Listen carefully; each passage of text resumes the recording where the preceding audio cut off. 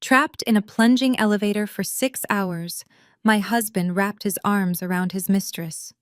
I was 6 months pregnant, thrown to the floor and left behind in the suffocating darkness. When he finally returned to the lobby with rescue crews playing the panicked husband for the cameras and screaming for my name, the building manager handed him my wedding ring. "Your wife was medevaced out by a private corporate chopper 4 hours ago. She left this for you." My name is Rachel, and I am 33 years old. Before I continue this story, let me know where you are watching from in the comments below. Hit like and subscribe if you have ever had to survive when the person who promised to protect you walked away. I was pitching a crisis management plan to a high-profile client on the 45th floor of a downtown Chicago high-rise. Daniel, my husband of 5 years, was riding down with me and his junior associate, Brittany. The elevator jerked violently. The lights flickered and died. The sickening feeling of freefall dropped my stomach as we plunged 3 floors before the emergency brakes violently engaged. I was thrown hard against the back wall, clutching my pregnant belly as pain ripped through my side. Daniel threw himself over Brittany. She let out a practiced whimper, burying her face into his expensive suit jacket. He stroked her hair, kissing her forehead in the dim emergency lighting, completely ignoring my gasp of pain. A piece of the shattered ceiling panel had sliced deeply into my upper arm. I did not scream or beg for attention. Growing up in the Chicago foster care system taught me crying gets you nowhere. You bleed, you bandage it, and survive. I pulled off my silk scarf, tied it tightly around my bleeding arm, and watched in silence as my husband cradled another woman. The betrayal stung, but the survival instinct was stronger. The air inside the cramped cabin grew thin and unbearably hot as the ventilation system failed. Daniel held Brittany close to his chest, whispering sweet promises, completely oblivious to my heavy breathing. Every time I shifted my weight on the hard floor, a sharp cramp seized my abdomen. I asked Daniel to pass the water bottle from his briefcase. He glared at me, clutching the bag closer to Brittany. "She needs to stay hydrated," he snapped, his voice dripping with condescension. "You are fine, Rachel." I watched him unscrew the cap and bring it to her lips, realizing my marriage was a convenient lie. Rescue workers finally pried open the top hatch 2 hours later. A firefighter lowered a heavy rescue harness, shouting down the shaft that the winch was struggling under the strain and could only take one person at a time. Brittany immediately started hyperventilating, executing a flawless panic attack. Daniel shoved his way to the hatch, shielding her. "Pull her up first. She has severe asthma and cannot breathe." I felt a sharp contraction ripple through my uterus. My legs gave out, sending me to the floor. I reached my hand toward Daniel, asking him to help me stand up. Daniel swatted my hand away with pure disgust. "Stop being selfish, Rachel. You are sturdy. Brittany is delicate. Wait your turn." He secured the heavy harness around her waist, and as she was pulled up, he grabbed the firefighter's arm, demanding to go next to ensure she received immediate medical attention. He did not even look back at me. The moment Daniel cleared the hatch, a deafening metallic snap echoed through the shaft as the winch broke.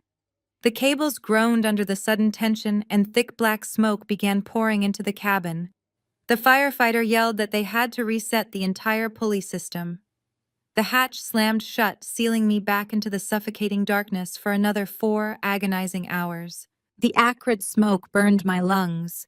Every contraction felt like a jagged knife twisting in my stomach. Today, waiting for a husband who chose his mistress over his unborn child, the emotional pain fueled a dangerous kind of rage.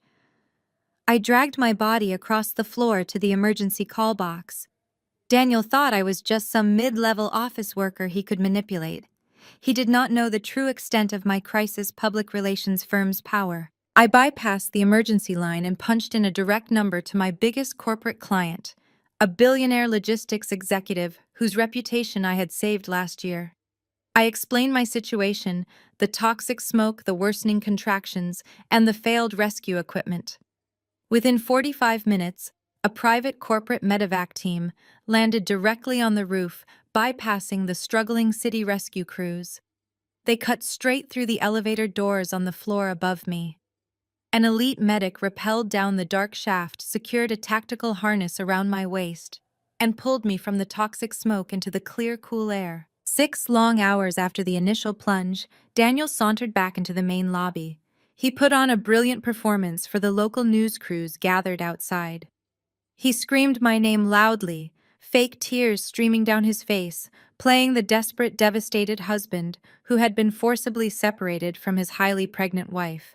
He wildly demanded the building manager tell him where I was playing his tragic role to absolute perfection, for the cameras flashing incessantly in his face. The building manager, flanked by 2 burly security guards, looked at Daniel with absolute unmasked contempt.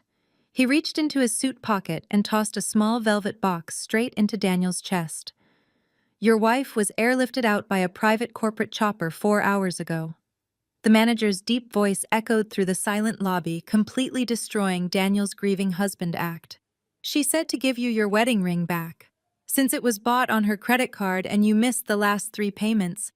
The cameras caught his entire reaction live. Daniel threw himself over Brittany. She let out a practiced whimper, burying her face into his expensive suit jacket.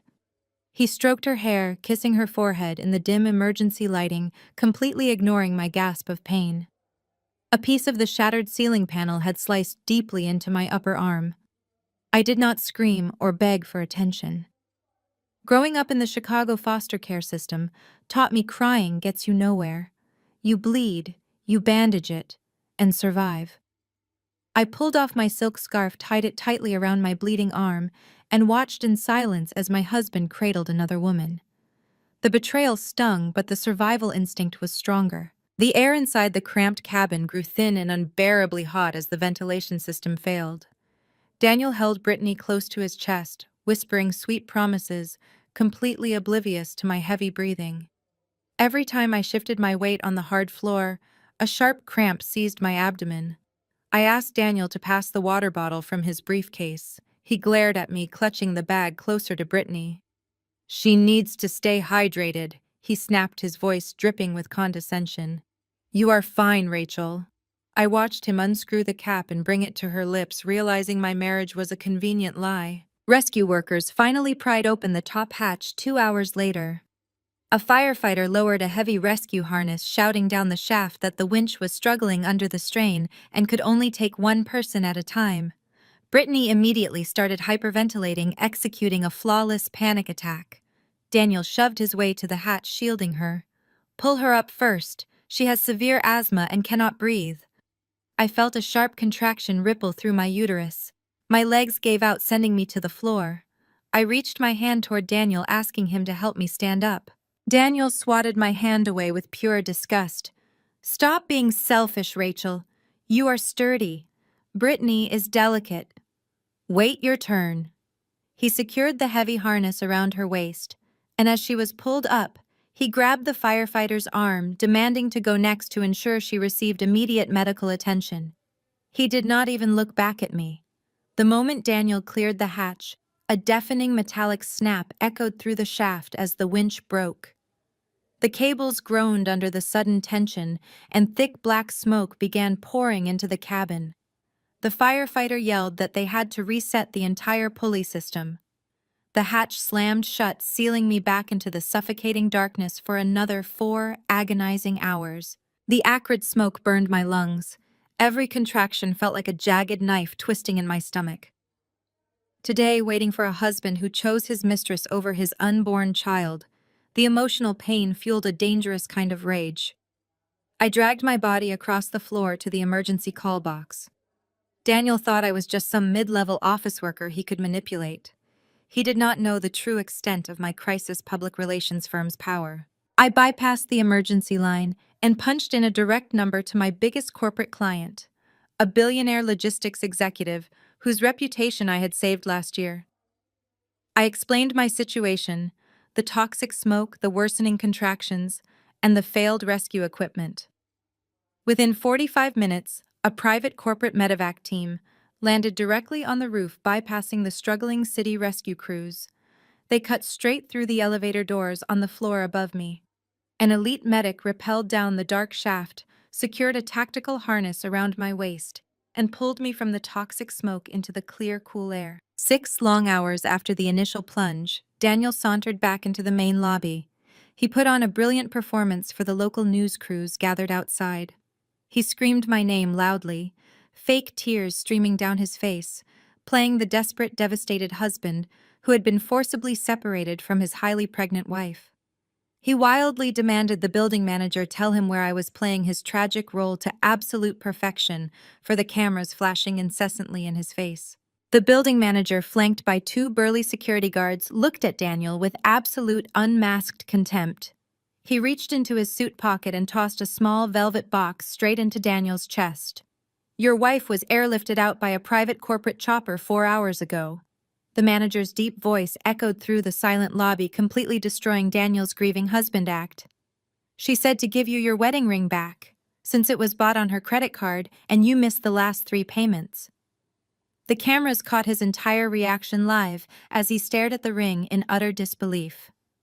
He finally realized his massive, unforgivable mistake, but it was entirely too late to save himself now. I stepped through the front door of my home, the heavy silence of the empty house standing in stark contrast to the hostility of the hospital ward. My arm throbbed under the fresh bandages, but my mind was laser-focused on the small silver USB drive Jamal had dropped onto my lap before I left the maternity suite. "Follow the offshore money." His whispered instruction echoed in my head as I locked the deadbolt behind me.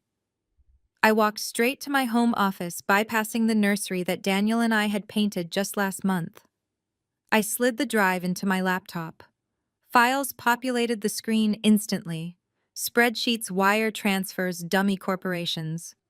Daniel had been siphoning massive amounts of funds from his corporate real estate firm into hidden offshore accounts in the Cayman Islands. Jamal was a brilliant forensic accountant, and he had handed me the exact weapon I needed to destroy my husband. I left the files decrypting on my secure server and headed to the kitchen to brew a pot of chamomile tea. I needed a clear head for the war that was coming. The doorbell chimed sharply at exactly 7 o'clock the next morning. I was already awake, sitting at the marble kitchen island, reviewing the financial anomalies Jamal had uncovered. I poured my freshly steeped tea into a ceramic mug, feeling the soothing warmth against my palms. I walked to the foyer and pulled open the heavy oak door. Standing on my welcome mat was Brittany. She was not wearing the tailored business suits she favored at the office. Instead, she was swallowed up by an oversized crimson Harvard sweatshirt. I recognized it instantly. It was the sweatshirt I had bought for Daniel during our first Christmas together. Her hair was perfectly tousled in a messy bun, and she clutched a designer coffee cup. She looked me up and down, taking in my casual maternity leggings and the thick bandage on my arm. She did not look like a woman who had just survived a traumatic elevator plunge or someone carrying the guilt of ruining a marriage. She looked entirely triumphant. "Can we talk, Rachel?" she asked, her voice adopting a high-pitched, breathy tone that she likely used to manipulate Daniel. Without waiting for an invitation, she pushed past me into the foyer, tracking mud from her designer boots onto the vintage Persian rug. She walked directly into the living room and threw herself onto the custom velvet sofa, pulling her knees to her chest to look small and fragile. I did not raise my voice. I did not demand she leave my property. I simply followed her, stood across the coffee table, and took a slow, deliberate sip of my tea. My years bouncing through the foster care system had taught me that the greatest weapon against chaos is absolute stillness. If you let them think they are controlling the room, they will eventually hand you the exact rope you need to hang them with. Tears welled up in Brittany's eyes, spilling perfectly over her lower lashes. "I know this is hard," she sobbed, pressing a hand against her flat stomach. "But Daniel and I love each other. We did not mean for this to happen. It was just an undeniable connection." She looked up at me, clearly expecting anger or tears or a dramatic screaming match. I just took another sip of tea, waiting in absolute silence.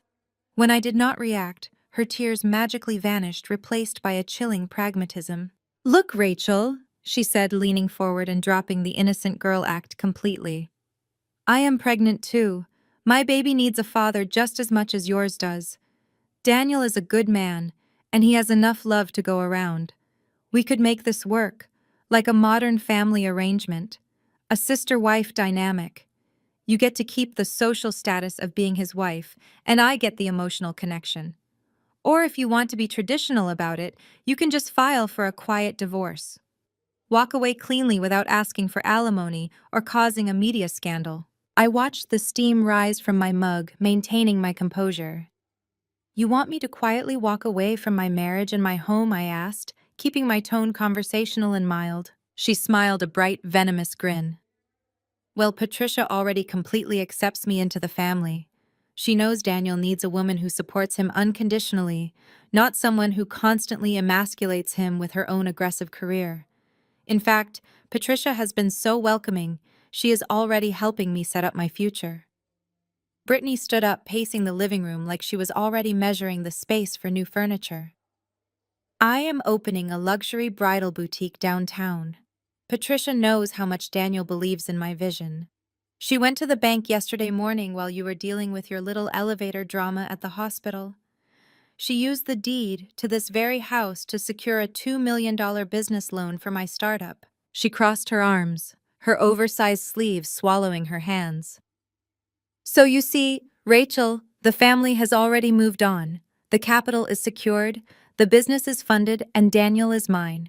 It would be best for your baby's health if you just packed your things and left without a fight. I lowered my mug to the glass table. The silence stretched between us, thick and suffocating.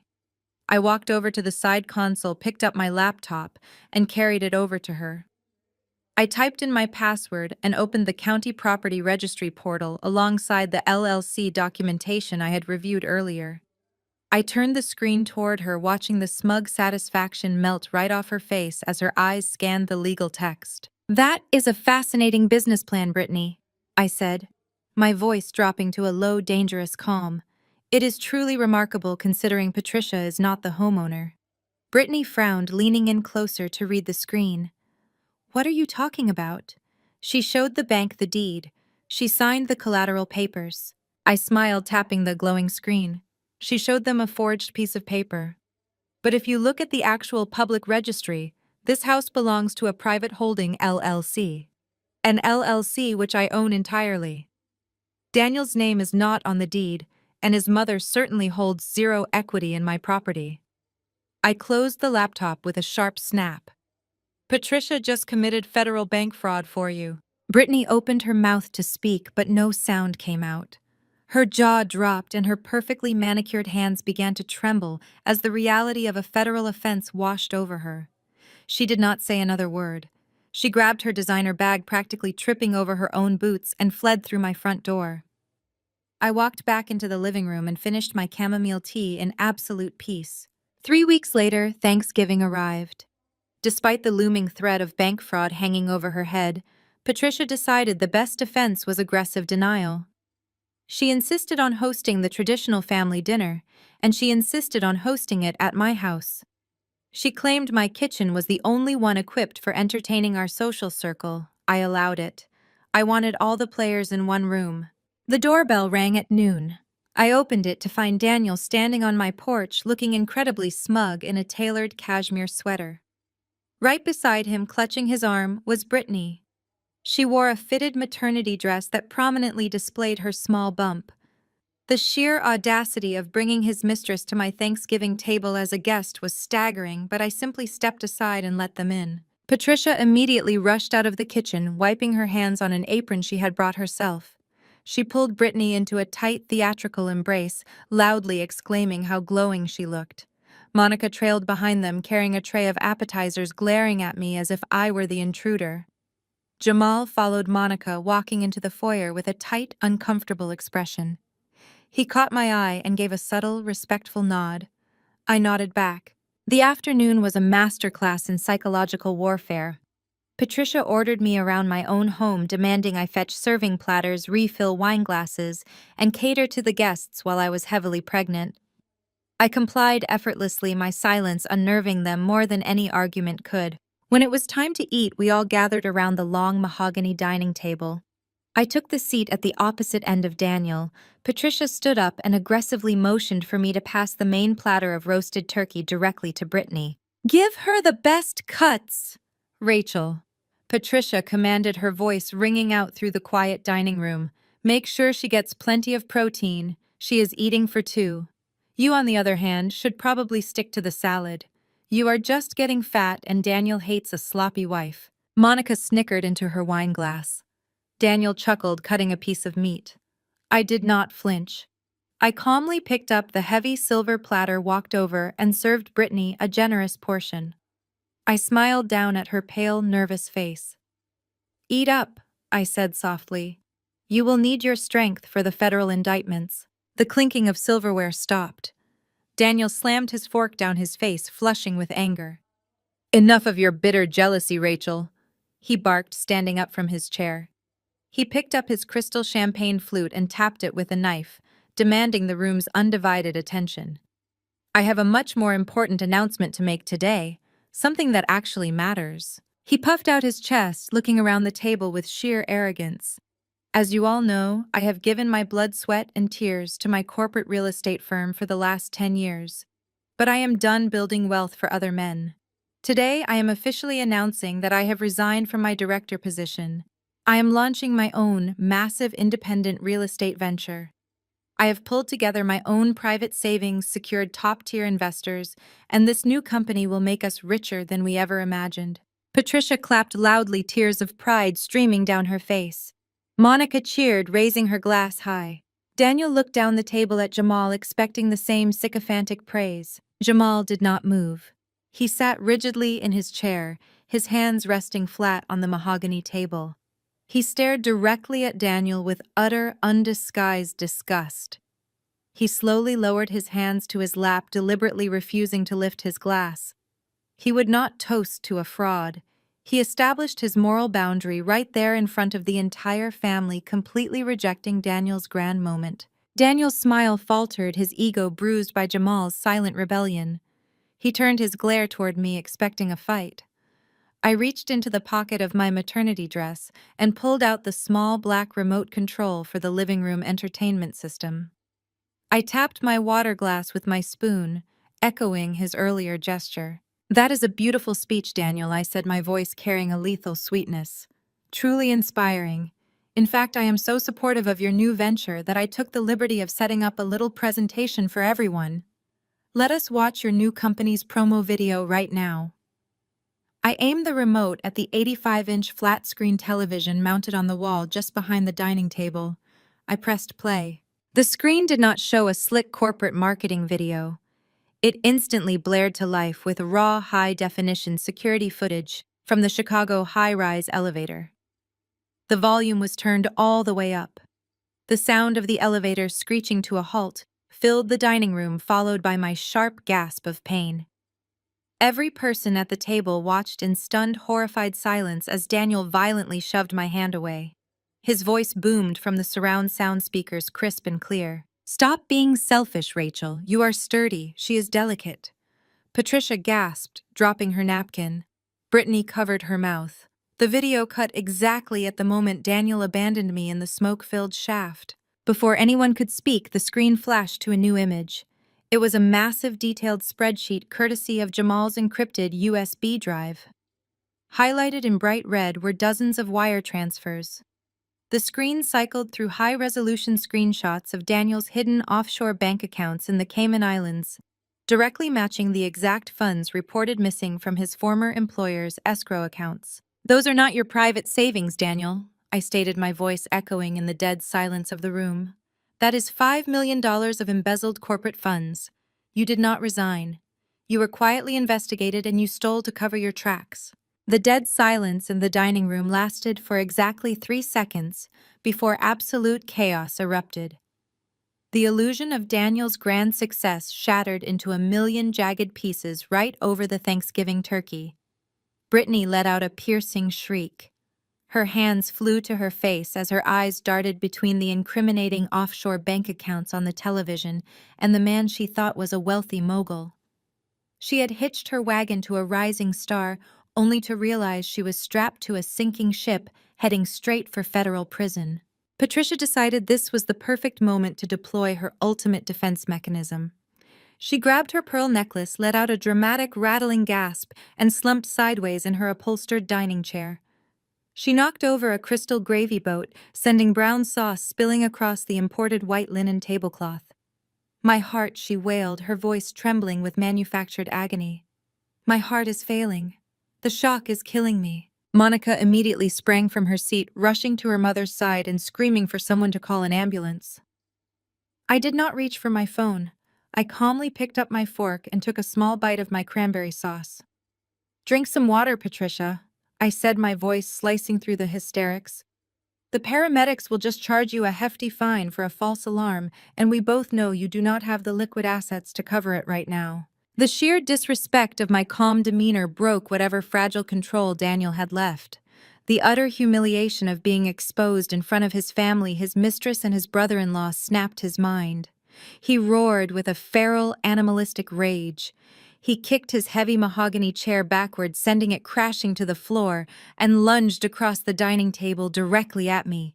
His hands were outstretched like claws, his face twisted into a mask of pure violence. Before I even had to flinch or shift my pregnant weight backward, a massive figure stepped directly into his path. Jamal moved with blinding speed. He grabbed Daniel by the lapels of his expensive cashmere sweater and violently shoved him backward. Daniel lifted off his feet and crashed hard into the antique wooden sideboard.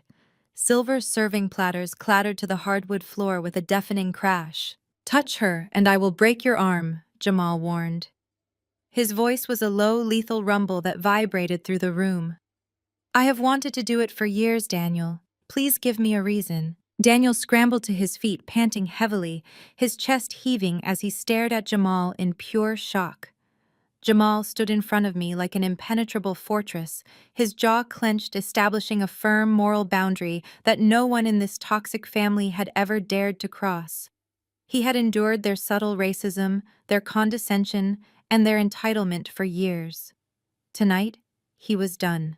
I stood up slowly, smoothing the front of my maternity dress. I looked at the antique grandfather clock standing in the corner of the dining room.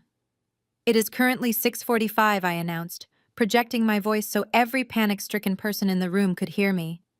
"You have exactly 30 minutes to pack your belongings and get off my property." Monica whipped her head around her face, stained with tears and smeared mascara. "You cannot throw us out!" she shrieked, her voice echoing off the vaulted ceilings. "It is Thanksgiving night. We are high society. People in our circle will hear about this. You cannot treat us like common criminals." I walked into the kitchen and opened the pantry. I grabbed a fresh roll of heavy-duty black plastic trash bags. I walked back into the dining room and tossed the heavy roll directly onto the ruined Thanksgiving table right next to the carved turkey. "Pack quickly," I instructed. "Society does not care about squatters, Monica. And frankly, neither do the police, who I will call for trespassing at exactly 7:15. The threat of police involvement worked a medical miracle. Patricia instantly recovered from her fatal heart attack. She sprang up from her chair with the agility of a track star and sprinted up the stairs toward the guest bedroom, screaming about her designer furs and vintage handbags. The next 30 minutes were a symphony of pure humiliation. I stood in the foyer with Jamal standing guard beside me, watching the aristocratic family scramble like terrified rodents. Brittany was crying hysterically, dragging a rolling suitcase down the carpeted stairs, while Daniel yelled at her to move faster. Monica was frantically stuffing her expensive Italian shoes into the black plastic garbage bags, sobbing loudly about her ruined holiday and her tarnished reputation. They stripped the guest rooms of their belongings, moving with a frantic, panicked energy that was entirely foreign to their privileged lives. The temperature outside was freezing. A bitter, brutal Chicago wind whipped across the manicured front lawn. The 30 minutes expired. Jamal pulled open the heavy front double doors and gestured out into the pitch-black, freezing night. They stumbled out one by one. Patricia clutched a garbage bag full of silk blouses. Monica dragged a heavy suitcase that kept tipping over on the stone porch. They were the picture of high society reduced to shivering on the sidewalk, surrounded by literal trash bags. I stood in the warm, brightly lit doorway, preparing to shut them out of my life forever. Daniel stopped at the bottom of the concrete steps. His massive, narcissistic ego simply could not handle this level of absolute defeat. He dropped his bags on the frozen grass and turned back around to face me. He threw his head back and laughed. It was a loud, manic, unhinged sound that echoed down the quiet suburban street. "You think you won, Rachel," he shouted, pointing a shaking, aggressive finger at my face. "You think kicking me out of this stupid house matters. I do not need your house. I do not need your money. My new company just secured a $10 million seed round from Apex Ventures this afternoon. I am going to be a multi-millionaire. I am going to be untouchable." I looked down at him, shivering in the cold, clinging to his last desperate shred of superiority. A slow, genuine smile spread across my face. I stepped back and pulled the heavy oak door shut, pausing just a fraction of a second before the lock clicked into the frame. I looked him dead in the eyes and whispered through the narrow gap of the glass panes. "I know.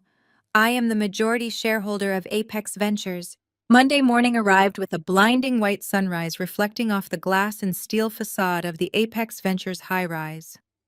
Inside the 72nd floor executive boardroom, the atmosphere was electric with the promise of obscene wealth. I stood in the adjoining observation suite watching through the two-way mirror as Daniel strutted around the massive mahogany table. He was in his element, wearing a bespoke charcoal suit, radiating the arrogant confidence of a man who believed he had outsmarted the world. Brittany sat near the center of the table, practically vibrating with self-importance. She had traded the oversized sweatshirt for a skin-tight designer maternity dress, clearly purchased on credit, anticipating today's $10 million windfall. She was busy snapping photos of the embossed leather portfolios and the catered breakfast spread, likely drafting a social media post about her glamorous new life as a tech mogul's partner. I watched Daniel lean over and kiss her cheek, whispering something that made her giggle.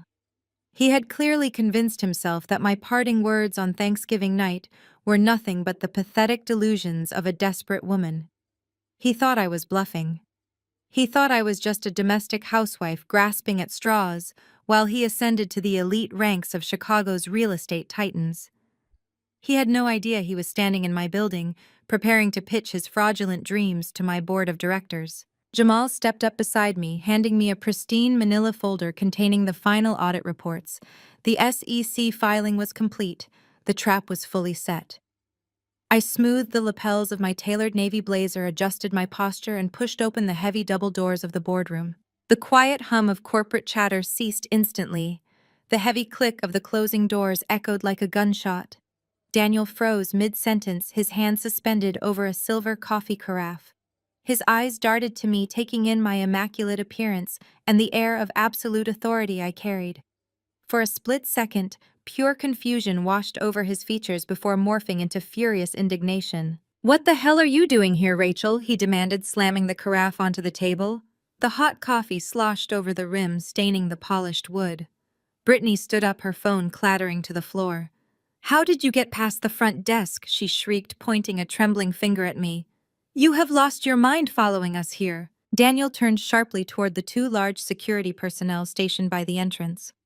"Officers, get this woman out of here right now," he barked, pointing at me with absolute contempt. "She is my crazy, jealous ex-wife. She is stalking us. She is mentally unstable and trying to ruin my business closing. Remove her immediately before I press charges." The room remained perfectly still.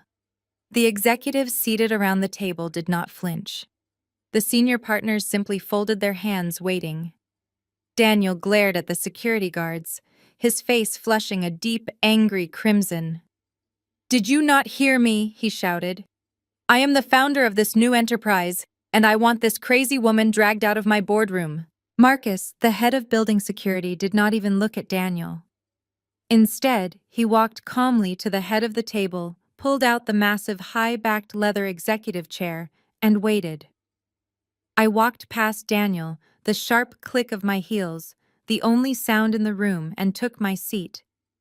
Marcus leaned over and poured a steaming cup of dark roast coffee into a porcelain mug, placing it exactly by my right hand. "Good morning, Ms. Wilson," Marcus said, his voice echoing in the dead silence. "Let me know if you need anything else." "Thank you, Marcus," I replied, taking a slow, deliberate sip. Daniel stared at the scene, his mouth opening and closing like a suffocating fish. The blood drained entirely from his face, leaving him looking pale and sickly. His eyes darted frantically from Marcus to the silent executives, and finally, to me. The reality of my Thanksgiving whisper was finally crashing down upon him, crushing his arrogant delusions under the weight of undeniable truth. Brittany sank back into her chair, clutching her stomach, her eyes wide with mounting terror. She finally understood that the woman she had tried to manipulate was the very woman holding the keys to their entire future. I opened the manila folder and spread the documents across the polished mahogany. "Please take a seat, Daniel," I said, gesturing to the empty chair opposite me. "We have $10 million to discuss." Daniel collapsed into his chair, his hands shaking so violently he had to hide them under the table. He swallowed hard, trying to summon his usual bravado, but his voice came out as a weak, raspy croak. "Rachel, what is this?" "This is your seed round evaluation," I stated, my tone entirely professional and devoid of any emotion. "I reviewed the prospectus you submitted to my firm. You project a 40% profit margin within the first quarter, relying heavily on the acquisition of distressed urban properties. It is a bold, aggressive strategy. It is also completely fraudulent." I slid the first document across the table. It stopped inches from his trembling hands. "You claimed a personal capital injection of $5 million to secure the remaining venture funding. You presented bank statements to my acquisitions team verifying your liquidity. You built this entire company on the premise that you were a self-funded visionary." Brittany let out a small, pathetic whimper. Daniel stared at the papers, his eyes wildly scanning the highlighted figures. "Rachel, please," he whispered, his arrogance completely obliterated. "We can work this out. We are family. You do not have to do this." "Family," I repeated, letting the word hang in the cold air. "You abandoned your pregnant wife in a broken elevator. You brought your pregnant mistress to my Thanksgiving table. You allowed your mother to commit bank fraud using my property. You do not know the meaning of the word family." I reached into my blazer pocket and pulled out a heavy steel and rubber stamp. I grabbed the thick bound contract containing the $10 million seed agreement and pulled it toward me. Daniel half stood, reaching out as if he could physically stop me. "No, please wait. If you kill this deal, I have nothing. I am ruined." I pressed the stamp onto the red ink pad. I slammed it down onto the signature line of the contract with a loud, definitive thud. The word "denied" gleamed in bright crimson ink. "Your funding is denied," I announced, sliding the rejected contract back toward him. Section 4, Paragraph 2 of our Standard Operating Agreement clearly states that Apex Ventures retains the right to terminate any investment due to a breach of the morality clause. Your behavior severely violates our ethical standards. I leaned forward, resting my arms on the table, locking eyes with him.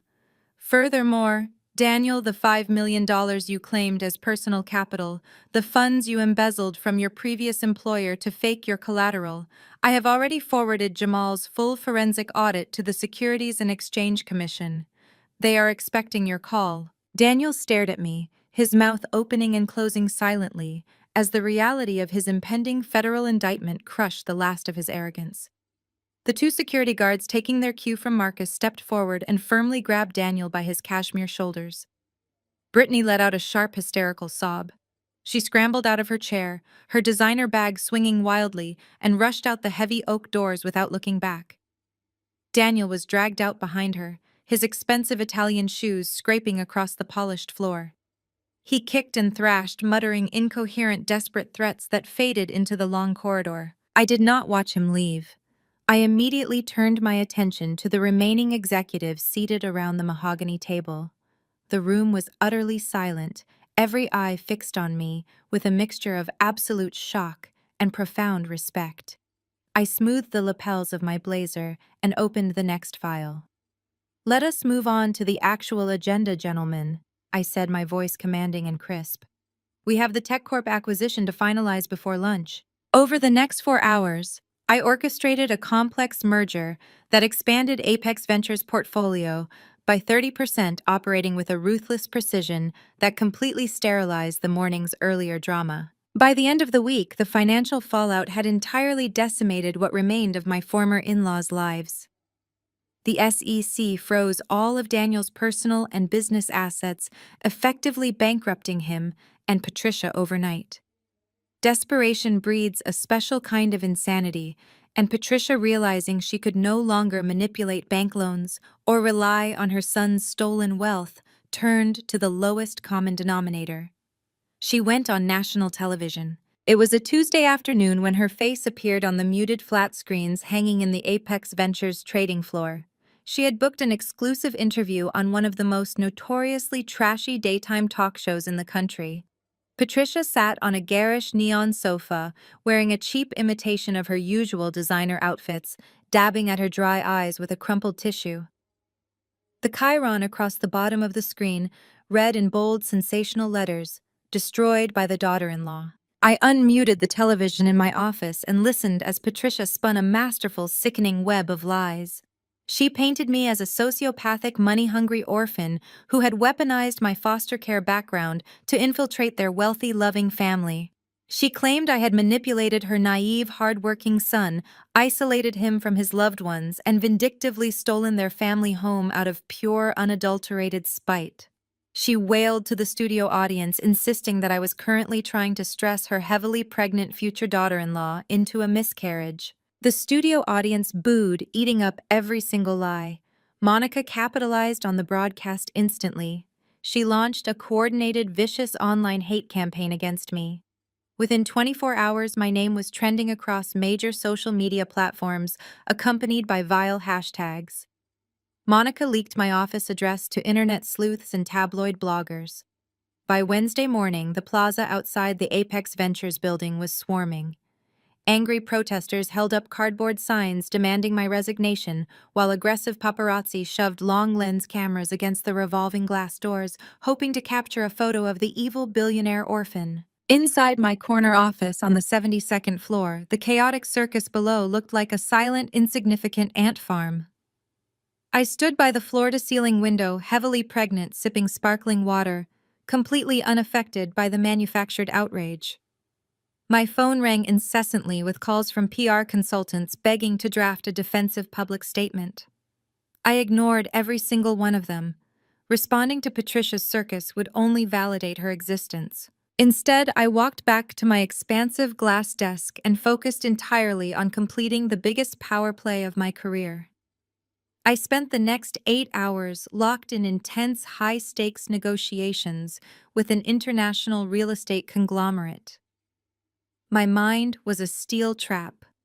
I dissected their valuation models, tore apart their liability clauses, and forced their elite legal team to concede to my terms. I secured a buyout that doubled the net worth of my holding company. I proved to everyone in the financial sector that a massive media smear campaign could not put a single dent in my focus, my intelligence, or my profit margins. As dusk fell over the Chicago skyline, casting long shadows across the city, I packed my leather briefcase and headed for the executive elevator.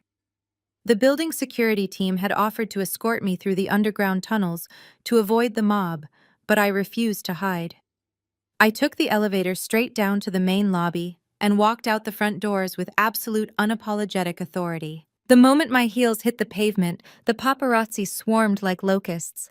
Flashbulbs blinded me in a rapid, aggressive strobe effect. Microphones were shoved inches from my face as reporters shouted over one another, demanding a response to Patricia's tearful television interview.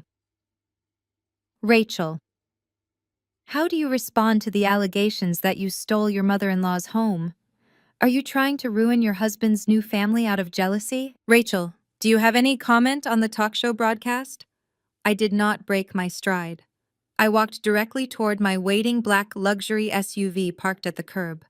I did not raise my hands to block the cameras. I simply stared straight ahead, my expression a mask of impenetrable calm. As a particularly aggressive reporter lunged forward, blocking my path to the car door, the tinted rear window of the SUV rolled down. The heavy door swung open and Jamal stepped out onto the pavement. He looked immaculate in a custom dark navy suit carrying a thick, heavy accordion file. Since Daniel's downfall, I had officially hired Jamal away from his firm, making him the newly appointed Chief Financial Officer of Apex Ventures. He possessed a brilliant, uncompromising moral compass, and he despised Patricia just as much as I did. Jamal stepped directly between me and the aggressive reporter, using his imposing height to force the man backward. He did not yell. He simply held out the massive overflowing file and shoved it hard against the reporter's chest. "If you want a real story," Jamal said, his deep voice slicing through the frantic shouting of the mob, "stop harassing a pregnant executive and look at what is inside that folder." The reporter stumbled back instinctively, clutching the heavy file. "What is this?" he asked, looking down at the document spilling out from the sides. Jamal looked directly into the nearest television camera, ensuring every single word was captured with crystal clarity. "Those are Patricia's certified tax returns and falsified foundation ledgers," he stated. "They show 15 consecutive years of documented undeniable charity fraud. Enjoy the read." The reporter stared at the heavy folder, his aggressive posture melting into sheer journalistic greed. He clutched the documents against his chest, his eyes darting from Jamal's imposing figure to my completely unfazed expression. Jamal did not wait for follow-up questions. He opened the rear door of the SUV, gesturing for me to slide inside, and then climbed in right behind me. The tinted windows rolled up smoothly, shutting out the blinding flashbulbs and the frantic shouting of the mob. As my driver pulled away from the curb, I checked my watch. Patricia's pristine social facade would be reduced to federal ashes by the morning news cycle. But rats backed into a corner do not just surrender. They bite. 48 hours later, the narrative violently twisted. Brittany, realizing Daniel's stolen fortune was frozen and Patricia was officially a radioactive pariah, played her ultimate trump card. She posted a heavily edited, tear-stained video on social media. Sitting on a beige couch wearing no makeup and clutching a hand-knit baby blanket, she sobbed directly into the camera. She detailed a harrowing, completely fabricated story of how my relentless sociopathic corporate bullying had driven her blood pressure to lethal levels. Then came the devastating climax. She choked out a breathless sob, claiming the sheer terror of my actions had caused her to miscarry Daniel's unborn child. The internet exploded. Public outrage reached a fever pitch. I was no longer just a ruthless executive. I was a monster who murdered an innocent baby. Death threats flooded my corporate inbox. Protesters swarmed the plaza outside Apex Ventures, hurling red paint at the revolving glass doors and screaming through megaphones. Patricia, sensing a fragile lifeline amid her own impending IRS indictments, weaponized the tragedy to save her own skin. She immediately rallied her elite country club circle. Over cucumber sandwiches and mimosas, she played the devastated, grieving grandmother to absolute perfection. She leveraged every high society contact she had left to orchestrate a massive boycott of Apex Ventures' entire business network. She called board members, whispered to angel investors, and threatened to pull foundation backing from our commercial partners. Vendors halted communication. A few nervous board members at Apex requested an emergency meeting, asking if my personal life was becoming an unacceptable corporate liability. I was being boxed in, suffocated by a ghost. Daniel seized the momentum with greedy desperation. On Friday afternoon, a process server slammed a thick stack of legal documents onto the reception desk of my office. Daniel was suing me in civil court for emotional distress defamation and the wrongful loss of a child. The damages demanded were a staggering $20 million. He wanted my company, my assets, and my absolute destruction. He gave an exclusive interview on the courthouse steps, holding Brittany's fragile, trembling hand, swearing to the local news stations that he would not rest until I paid for what I took from them. I did not panic. I did not issue a defensive public statement. I simply picked up my encrypted phone and authorized a massive wire transfer to a private intelligence firm specializing in extreme corporate espionage. If Brittany had actually suffered a traumatic medical emergency, there would be a paper trail. There would be hospital admission records, ambulance dispatch logs, and attending physician notes. I needed every microscopic detail of her life from the past 3 months. While my board panicked and the media circled like vultures, I sat in my office and worked on finalizing my corporate merger, completely ignoring the noise, waiting patiently for the trap to spring. My lead investigator delivered the encrypted file directly to my server 3 days before the scheduled emergency deposition. I reviewed the documents, smiled, and forwarded them to my legal team. We met in a sterile, glass-walled conference room at my attorney's downtown firm. Daniel strutted in with the swagger of a man who believed public opinion had already handed him a $20 million check. He wore a crisp suit and glared at me with absolute contempt. Brittany walked in behind him wearing a modest, high-necked black dress, clutching a crumpled tissue, her eyes downcast in a flawless display of manufactured grief. Their sleazy, high-profile lawyer immediately began grandstanding for the court reporter, aggressively detailing the profound, irreversible trauma his clients had suffered at the hands of my vindictive, unhinged jealousy. Jamal sat beside me, his massive arms crossed over his chest, watching their theatrical performance with absolute stone-faced disgust. He did not say a word, letting the lawyer dig the hole deeper with every dramatic accusation. I waited until their lawyer finally paused to take a breath, preparing to launch into his monetary demands. I did not raise my voice. I reached into my leather briefcase and pulled out a single thick manila folder. I slid it deliberately across the polished glass table. The heavy folder glided smoothly, coming to a halt right against Brittany's folded hands. Daniel sneered, leaning forward. "What is this, Rachel Moore forged documents? Are you going to try and buy your way out of killing my child?" I leaned forward, resting my forearms on the cool glass, my voice dropping to a terrifying, absolute calm. "It is a profound tragedy that you lost the baby, Brittany. Truly heartbreaking. Especially since your own surgical medical records show you had a voluntary tubal ligation 4 years ago. You were never pregnant." The silence in the glass-walled conference room was absolute, broken only by the frantic tapping of the court reporter. Brittany dropped the crumpled tissue. Her carefully manufactured grief evaporated into raw, unadulterated panic. Daniel stared at the surgical records, his jaw hanging slack, as he realized his $20 million lawsuit was built on a biological impossibility. Their high-profile lawyer abruptly stopped grandstanding, snapped his leather briefcase shut, and requested an immediate recess. The deposition was over, but the war had just escalated to a public battlefield. 2 weeks later, we sat in the sterile, cavernous courtroom for the preliminary hearing. Daniel had refused to drop the civil suit. His narcissistic ego simply could not process defeat, so he doubled down. He sat at the plaintiff table wearing a tightly tailored suit, practically vibrating with nervous energy. Brittany sat beside him, staring blankly at the polished mahogany table. Daniel's attorney decided the best defense was a relentless offensive attack. He paced the floor, launching into a vicious theatrical character assassination. "Your Honor, my client is the victim of a calculated, targeted destruction," he boomed, pointing an accusatory finger in my direction. "Rachel Wilson is a corporate predator devoid of human empathy. She weaponized her considerable financial resources to utterly ruin her ex-husband.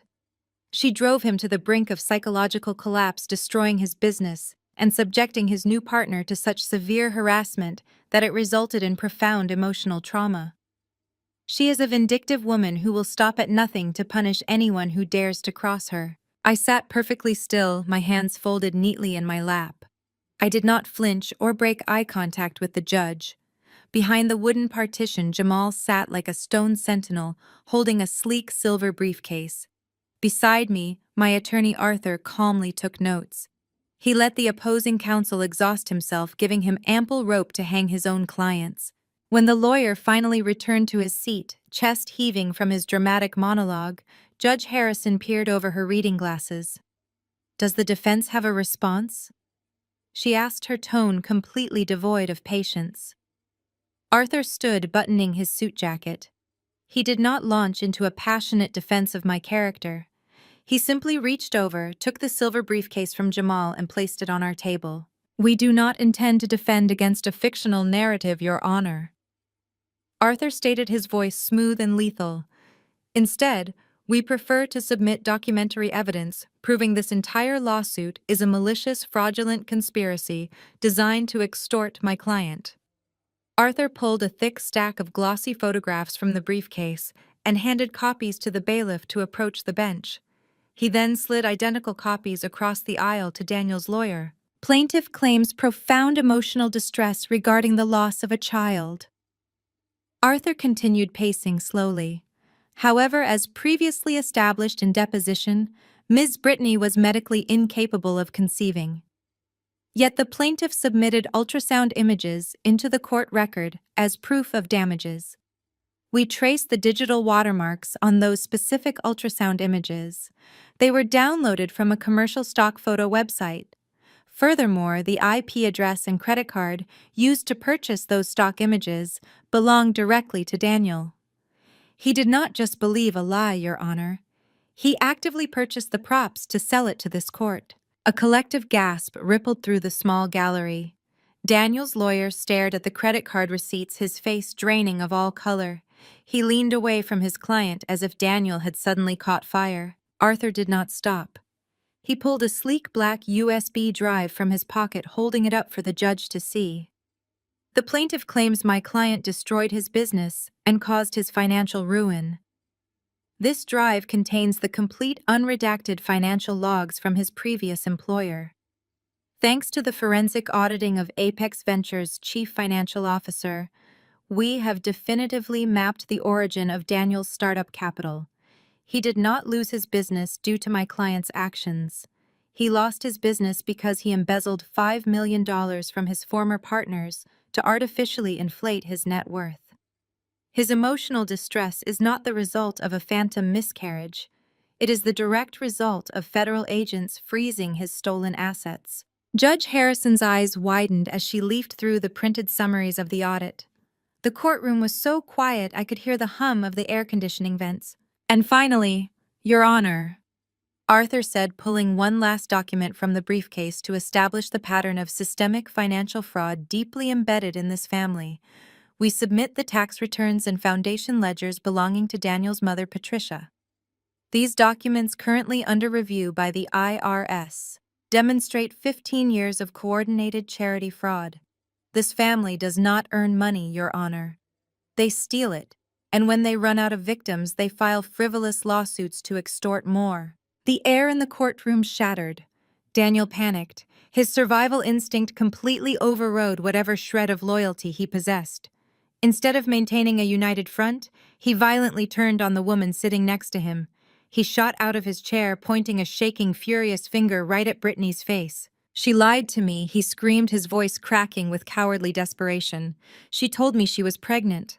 She made me buy those pictures to prove it to my family. I had no idea about the surgery. She manipulated me just like Rachel did. She is a gold digger who set me up. Brittany shrieked, recoiling from him as if physically struck. You coward! She sobbed wildly, grabbing his suit jacket. You knew everything. You planned the lawsuit because your accounts were frozen. You told me this would make us rich. Order. Judge Harrison roared, slamming her wooden gavel down with enough force to echo like a gunshot. Order in this courtroom right now. Daniel scrambled backward, trying to put distance between himself and his hysterical partner. His lawyer was frantically shoving papers into his briefcase, whispering harsh, frantic instructions that Daniel completely ignored. He was a cornered rat turning on his own pack to save his own skin, a spectacular display of his true pathetic nature.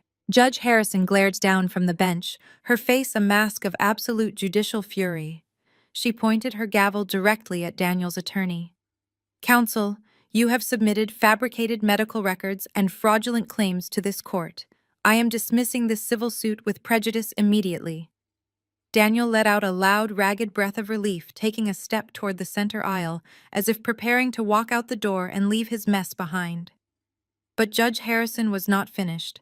Furthermore, based on the incontrovertible evidence of perjury, extortion, and grand larceny presented here today, I am referring this entire matter directly to the district attorney for immediate criminal prosecution. Daniel froze his foot, hovering over the carpeted aisle. Bailiffs, Judge Harrison commanded, her voice ringing with absolute finality, do not let Mr. Daniel leave the courtroom. The heavy oak doors of the courtroom clicked shut behind me, sealing Daniel inside with his immediate consequences. The sound of metal handcuffs ratcheting closed around his wrists echoed through the thick wooden panels. Monica, who had been waiting in the corridor pacing a trench into the marble floor, froze as she heard the unmistakable sound of her brother sobbing. She pressed her face against the small rectangular window of the courtroom door, watching in absolute horror as the bailiffs flanked Daniel. The golden boy of Chicago real estate was being frog-marched into a holding cell. The aristocratic facade of their bloodline was officially dead. I did not stop to gloat. Jamal fell into step beside me, his silver briefcase swinging with rhythmic precision as we exited the courthouse. We had a multinational corporation to run. The law would handle Daniel, and the IRS was already dismantling Patricia.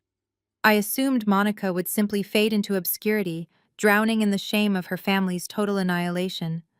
I severely underestimated the toxic potent combination of aristocratic entitlement and sheer panicked desperation. With Daniel's bail set at $5 million cash, which the family absolutely did not have, Monica decided to play dirty.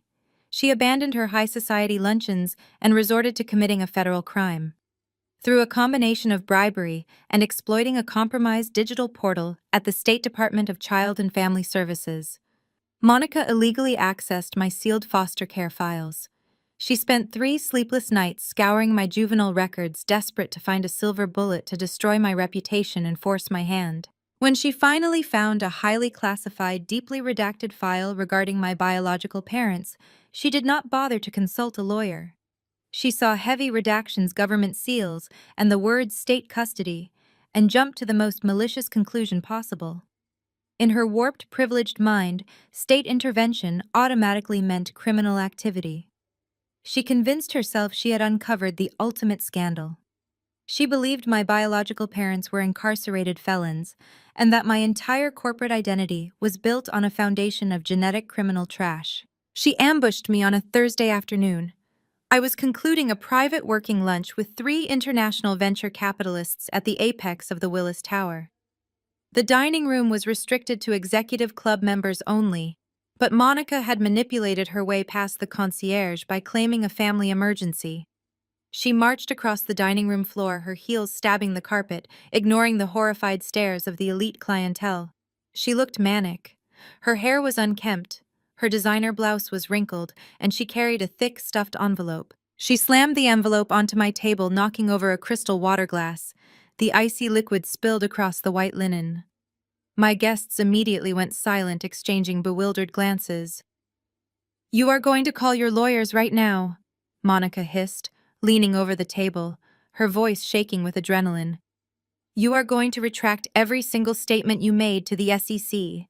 You are going to pay Daniel's bail, and you are going to publicly apologize for this entire witch hunt." I calmly picked up my linen napkin and dabbed the spilled water.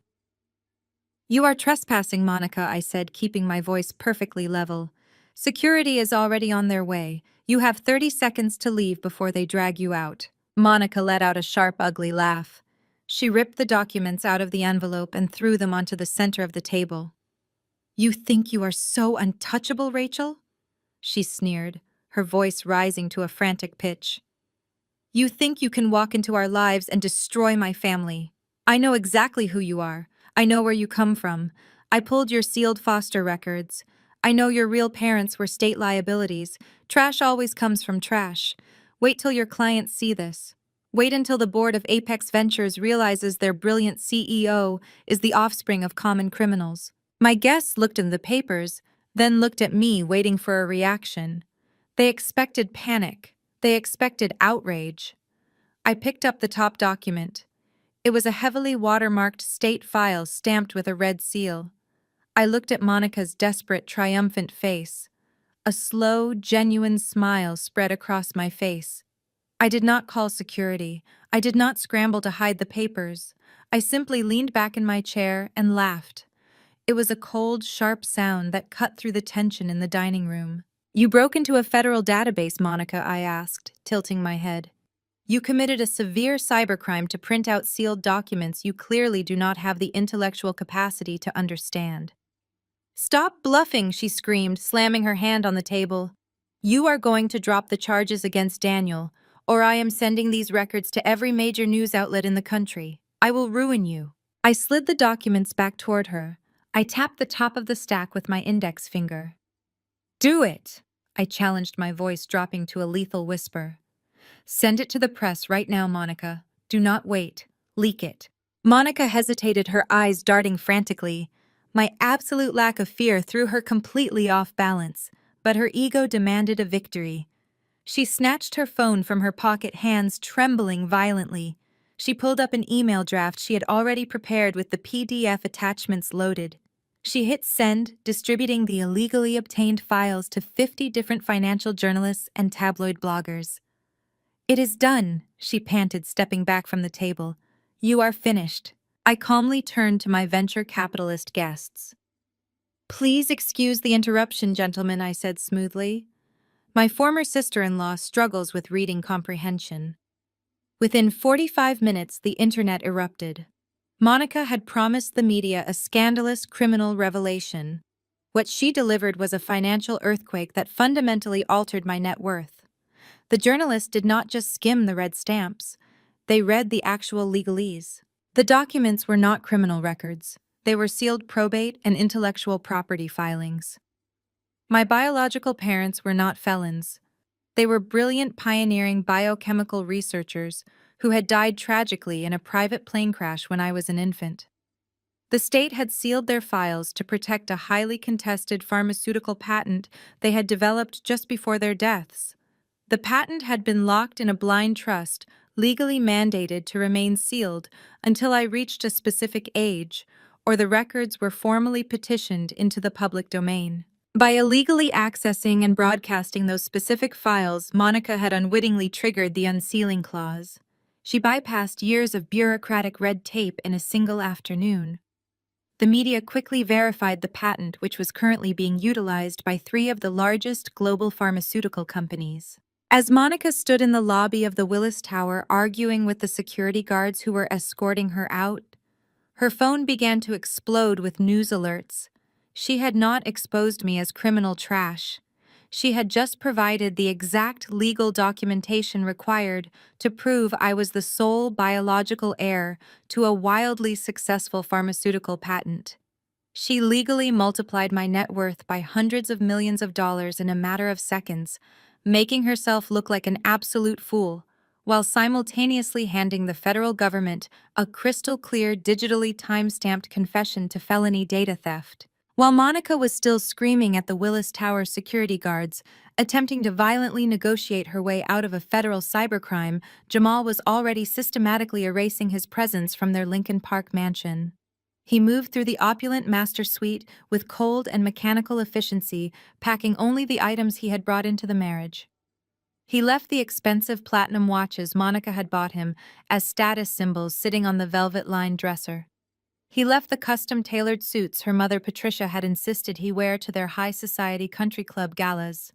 He wanted absolutely nothing tying him to their toxic and rapidly crumbling dynasty. Downstairs, the heavy oak front door slammed open with enough force to crack the drywall. Monica shrieked his name, her voice a ragged and hysterical rasp. She sounded like an animal caught in a trap of her own making. She bounded up the grand staircase, stumbling over the hem of her designer skirt. When she burst into the bedroom, she looked entirely deranged.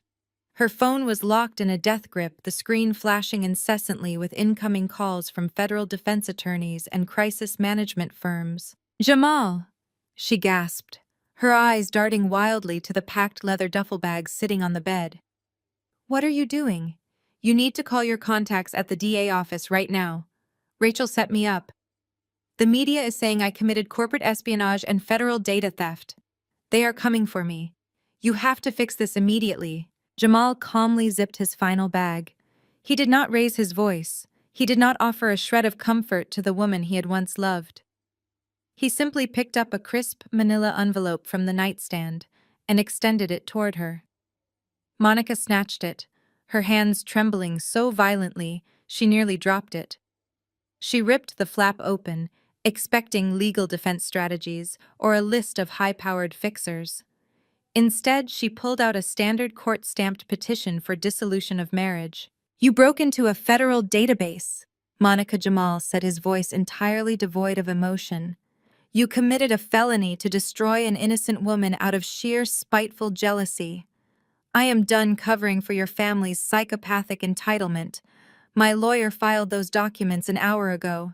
Do not contact me again." He picked up his bags and walked past her. Monica stood paralyzed, the divorce papers fluttering from her hands to the hardwood floor. As Jamal stepped out into the crisp Chicago air, he could hear the distant wail of police sirens closing in on the neighborhood. He loaded his bags into his car and drove away without checking the rearview mirror. 40 minutes later, Jamal walked into the private soundproofed tasting room of a speakeasy in the West Loop. I was already seated at the corner table, a glass of sparkling water resting in front of me.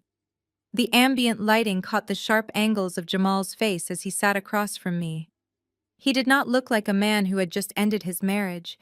He looked like a man who had just been released from a decade-long hostage situation. He reached into his jacket pocket and placed a titanium-cased encrypted hard drive on the table, sliding it deliberately across the polished mahogany surface until it rested inches from my hands. "Arthur's forensic audit barely scratched the surface," Jamal said, leaning forward.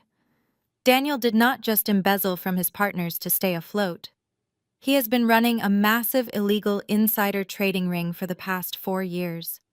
He funneled the illicit profits through offshore cryptocurrency tumblers to wash the money before routing it directly into Patricia's fraudulent foundation.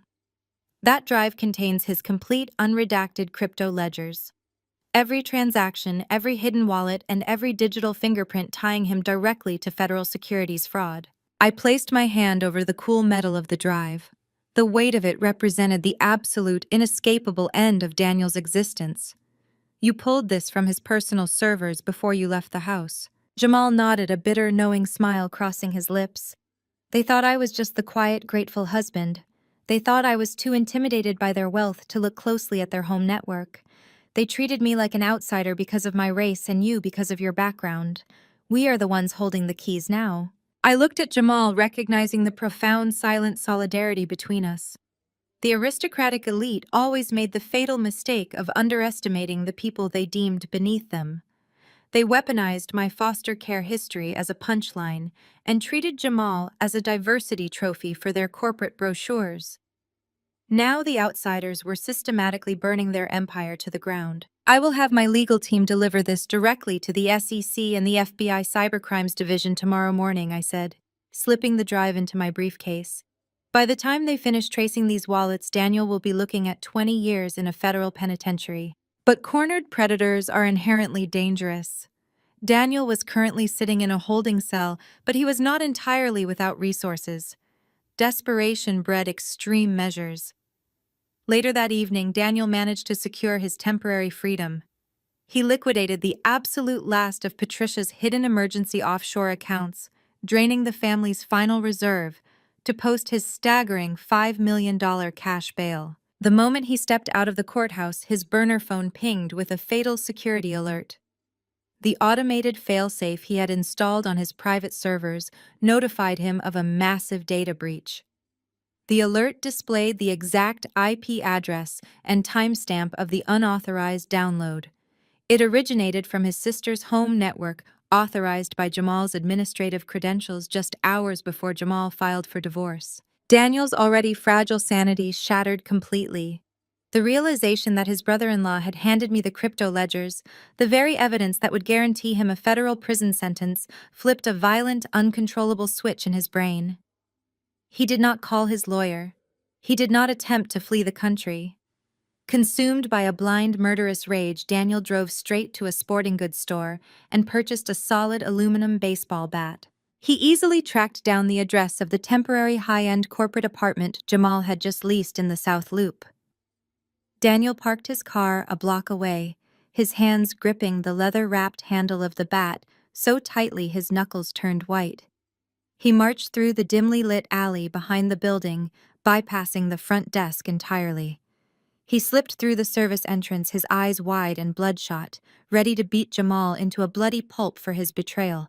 Daniel stepped off the freight elevator and crept down the silent hallway, raising the baseball bat as he approached Jamal's apartment door.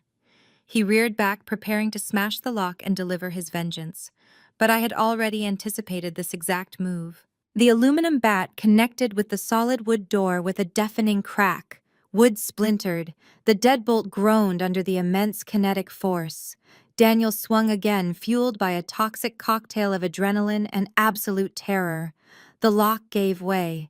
He kicked the door open, the heavy panels slamming violently against the interior wall. He stepped into the pitch-black apartment, his chest heaving, his breath hissing through his teeth. He gripped the leather handle of the bat, raising it over his shoulder, ready to strike. "Where are you, Jamal?" He snarled into the darkness, his voice thick with murderous intent. "You thought you could hand over my life and just walk away. You are nothing. You are a parasite. I am going to break every bone in your body." A loud, sharp click echoed through the room. The overhead lights blazed to life, flooding the open concept living space in blinding white light. Daniel recoiled, lifting a forearm to shield his eyes. I sat comfortably on the center cushion of a pristine white leather sofa, my legs elegantly crossed, holding a ceramic mug of black coffee. I did not blink. Flanking me on either side were two men with square jaws, broad shoulders, and an unmistakable air of lethal authority. They wore plain clothes, but the holstered firearms clipped to their belts were clearly visible. Jamal stood calmly by the kitchen island, leaning against the marble counter with his arms crossed, watching Daniel with profound pity. "You have always been remarkably predictable, Daniel," I said, taking a slow, deliberate sip of my coffee. "You never could handle losing control without throwing a violent tantrum." Daniel froze. The bat wavered in his grip. His bloodshot eyes darted from Jamal to me, and finally to the two men stepping forward. "Detectives Miller and Vance," I said, gesturing casually with my free hand. "I believe this man just unlawfully entered a residence with a deadly weapon." "Drop the bat, Daniel," Detective Miller barked, drawing his weapon in a single fluid motion. "Drop it right now and put your hands on your head." The aluminum bat slipped from Daniel's sweaty palms, clattering loudly against the hardwood floor. The fight drained out of him, instantly replaced by the terrifying realization that he had walked directly into a snare. He dropped to his knees before the detectives even reached him. They slammed him face down against the floor, wrenching his arms behind his back. The cold steel of the handcuffs ratcheted shut, biting into his wrists.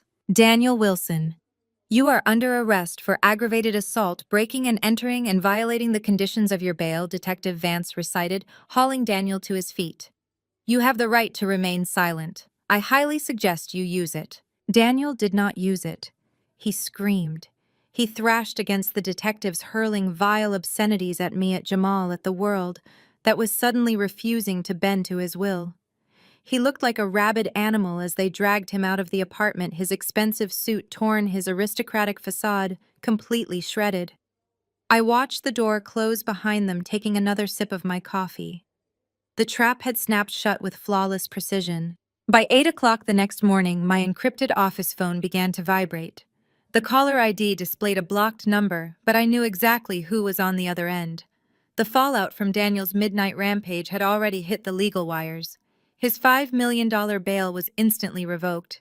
He was currently sitting in county lockup, facing a minimum of 10 to 15 years before the federal securities fraud charges even landed on a judge's desk. I answered the call, letting the silence stretch. "Rachel, please!" The voice on the other end was a wet, ragged gasp. It was Patricia. The untouchable matriarch of Chicago high society sounded entirely broken. She was sobbing so violently I could barely understand her words. "I have nothing to say to you, Patricia," I replied, my voice completely devoid of warmth. "Wait, please do not hang up," she begged, her pride completely eradicated. "He is my only son. I will do anything. You have to help him. They denied his bail. They are keeping him in a cell with violent criminals. He cannot survive in there, Rachel. He is not strong enough." I leaned back in my leather executive chair, staring out at the city skyline. It is fascinating how quickly your elitist superiority vanishes when you run out of money to buy your way out of consequences, I said. "We have nothing left." "Rachel." Patricia sobbed openly, confessing the absolute ruin of her dynasty. The IRS froze the foundation accounts. The bank seized the estate. I have spent my entire life covering for his mistakes. I paid off his business partners. I silenced his victims. I kept the family name pristine so he could succeed. But I cannot save him from this. I have no money to hire a defense team. You are the only one with the resources to get a judge to reconsider bail. I am begging you. He is my only son. I will do whatever you want. I let her weep. I let the silence hang in the air, forcing her to sit in the suffocating reality of her total defeat. She had spent years treating me like disposable trash. Now she was on her knees praying to me for salvation. I will make you a single offer, Patricia. I finally said, my voice sharp and absolute. You want Daniel out of that holding cell. You want him to sleep in a real bed while awaiting trial. Bring me Daniel's written confession detailing all his financial crimes, and I will pay his bail. Patricia stopped crying. She drew in a sharp, ragged breath. What? I want a full, handwritten confession, I instructed, articulating every word with meticulous precision. I want him to detail the offshore accounts. I want the names of the shell companies he used to launder the insider trading profits. I want his admission to embezzling from his former partners. I want it written in his own hand, signed and notarized by your family attorney.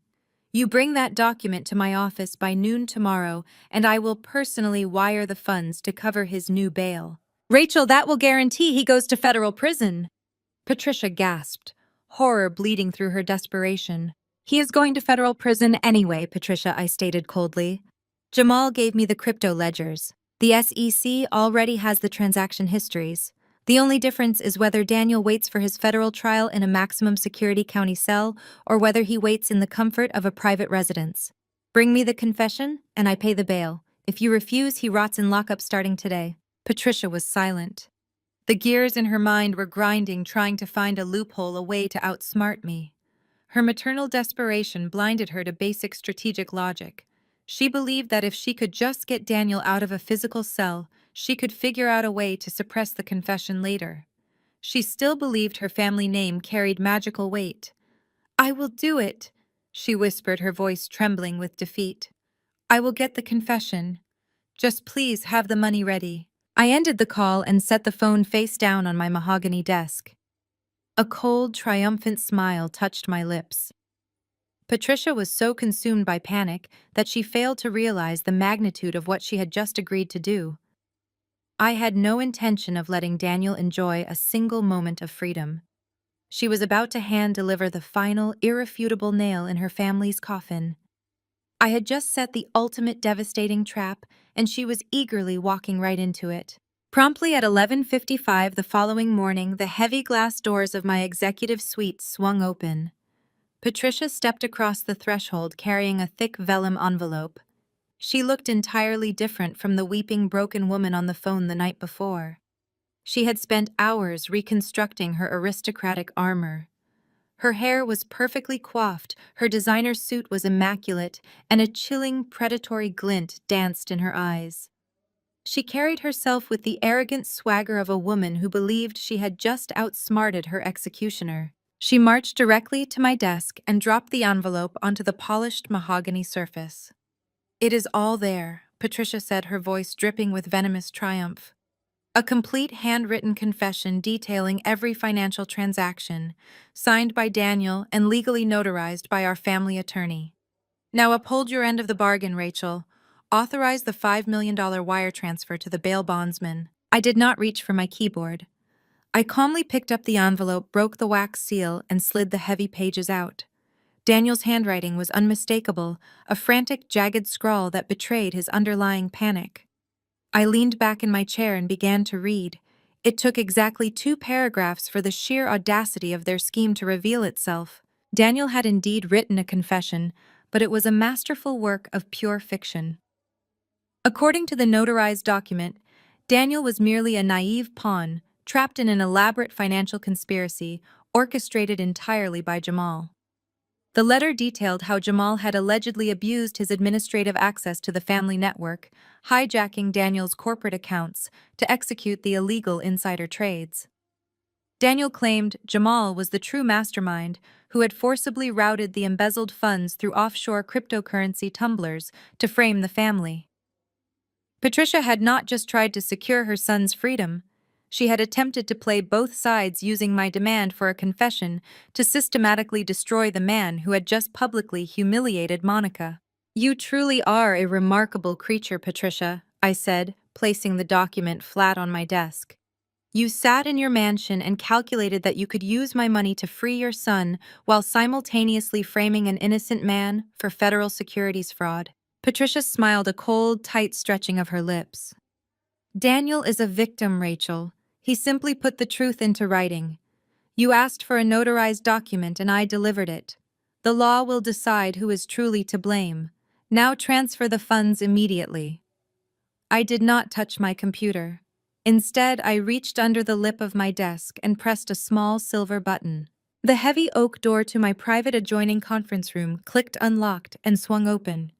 Patricia turned, her triumphant smile evaporating instantly. District Attorney Vance stepped into my office flanked by two armed federal agents wearing tactical windbreakers. The air in the room seemed to vanish. Patricia took a staggering step backward, her designer handbag slipping from her shoulder and crashing to the floor. The color drained from her face, leaving her looking like a terrified hollow shell. I picked up the notarized confession and stood from my desk. I walked around the mahogany wood and handed the document directly to the district attorney, right in front of Patricia. "Add obstruction of justice and fabricating evidence to her charges," I said, my voice ringing with absolute lethal calm. Vance took the pages, scanning Daniel's signature and the notary stamp. He shook his head in sheer disgust. "This is a sworn legal document presenting a completely fabricated narrative," he stated, pulling a pair of steel handcuffs from his belt. "We already have the immutable digital server logs proving Daniel acted entirely alone. Your son logged every single illegal trade on his own personal devices, Patricia. By coordinating this false confession and bringing it to a witness, you have actively engaged in a criminal conspiracy." "No!" Patricia gasped, her voice cracking into a high-pitched shriek. "Rachel made me do it. This was her idea. She forced me to get the letter. I forced you to bring me the truth, Patricia," I corrected, stepping back to watch the finale. "You chose to bring me a lie. You chose to commit a felony to protect a criminal." The federal agents grabbed Patricia by the arms, spinning her around and slamming the handcuffs onto her wrists. The sharp metallic clicks echoed through the silent office. She thrashed against their grip, sobbing hysterically, screaming my name and begging for mercy as they dragged her out of my suite. She was paraded through the center of Apex Ventures, marched past dozens of my employees, as a highly visible warning to anyone who dared to cross me. Her dynasty was not just dead. It had been publicly executed. I spent the rest of the afternoon finalizing the merger acquisition, completely unfazed by the morning's theatrics. By nightfall, the news had broken across every major network. The matriarch of the Chicago real estate empire was denied bail and placed in a holding cell adjacent to her son. At exactly 9 o'clock, my private encrypted cell phone vibrated on my desk. The number was blocked, but the digital footprint traced back to a prepaid burner phone. I answered and let the silence hang. "Rachel," a woman whispered, her voice shaking so violently I could hear her teeth chattering. It was Brittany. She was calling from the dark interior of her car, parked in an underground garage on the edge of the city. She had spent the entire day watching the news alerts, watching the mighty Daniel and the untouchable Patricia get swallowed whole by the federal justice system. She knew the authorities were already reviewing the stock photo ultrasound fraud and the extortion lawsuit. She knew she was the only loose end left, and she knew she lacked the money and the power to survive the impending legal massacre. "I am listening," I said, leaning back in my chair and staring out at the glowing city skyline. "Daniel is trying to pin the medical fraud on me," Brittany sobbed, her cowardly survival instincts overriding whatever fleeting loyalty she possessed for her ruined partner. "His lawyer called me. They are going to claim I orchestrated the fake pregnancy to trap him. I will not go to federal prison for him, Rachel. I know everything. I know about the hidden foundation ledgers. I know where Patricia buried the remaining cash. I'll testify against Daniel and Patricia, but I want immunity and $500,000. I let the silence stretch over the encrypted line, allowing her desperation to marinate in the dead air. $500,000 and federal immunity is a steep asking price for a woman currently drowning in a sinking ship. I replied, my voice completely detached. You need me, Rachel. Brittany snapped, her voice pitching up with manic energy. You have the crypto ledgers, and you have Patricia backed into a corner, but I have the physical foundation ledgers. I know the exact shell corporations they use to hide the offshore accounts. Without my testimony, Daniel's lawyers will just claim the digital evidence was tampered with. I am the silver bullet. I want the money wired to a secure offshore account by tomorrow morning. I will not negotiate federal immunity over a burner phone, I stated smoothly. Meet me tomorrow at noon. The prime corner booth at Le Jardin. Bring everything you have. If your evidence is as bulletproof as you claim, we have a deal. I ended the call before she could demand further assurances. The trap was set. Le Jardin was the crown jewel of the Chicago culinary scene. It was a restricted members-only dining club where the city's elite conducted their most sensitive corporate espionage over imported caviar and $300 bottles of vintage wine. The room was a masterpiece of acoustic design, ensuring that conversations at one table were completely imperceptible to the next. I was already seated at the corner booth when Brittany strutted through the brass double doors. Her demeanor had undergone a miraculous transformation overnight. The terrified woman weeping in her car had vanished, entirely replaced by a venomous predator flush with the delusion of total victory. She wore a tailored crimson blazer that screamed for attention and carried a crocodile skin handbag, likely purchased with Daniel's stolen funds. She slid into the booth opposite me, signaling the waiter with a sharp snap of her fingers. She ordered a glass of vintage champagne without glancing at the menu, before turning her predatory gaze on me. You look entirely too calm for a woman whose ex-husband is currently trying to pin federal financial crimes on her, Brittany sneered, crossing her legs. I assume you brought the transfer paperwork for my offshore account. I took a slow, deliberate sip of my sparkling water. I do not authorize $500,000 wire transfers without verifying the merchandise, Brittany. Walk me through exactly what you are offering to hand over to the district attorney. Brittany leaned forward, a cruel, triumphant smile stretching across her face. She was practically vibrating with the urge to gloat. Her ego demanded an audience. It was almost embarrassingly easy, she bragged, swirling the champagne the waiter had just set down. Daniel is a raging narcissist with the emotional intelligence of a toddler. All I had to do was stroke his ego and tell him he was a misunderstood genius. I faked the ultrasound with stock photos I bought on the internet for $20. He never even questioned it. He was so desperate to prove his virility and secure his bloodline that he handed me the keys to the kingdom. I kept my expression carefully neutral, baiting her further. And the bank documents, the ones attempting to frame Jamal for the embezzlement. Brittany let out a sharp, ugly laugh. Please. Daniel could not forge a signature to save his life. I fabricated those bank documents myself.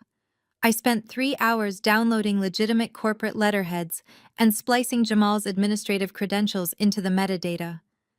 I routed the initial seed money through dummy accounts I set up using fake identities.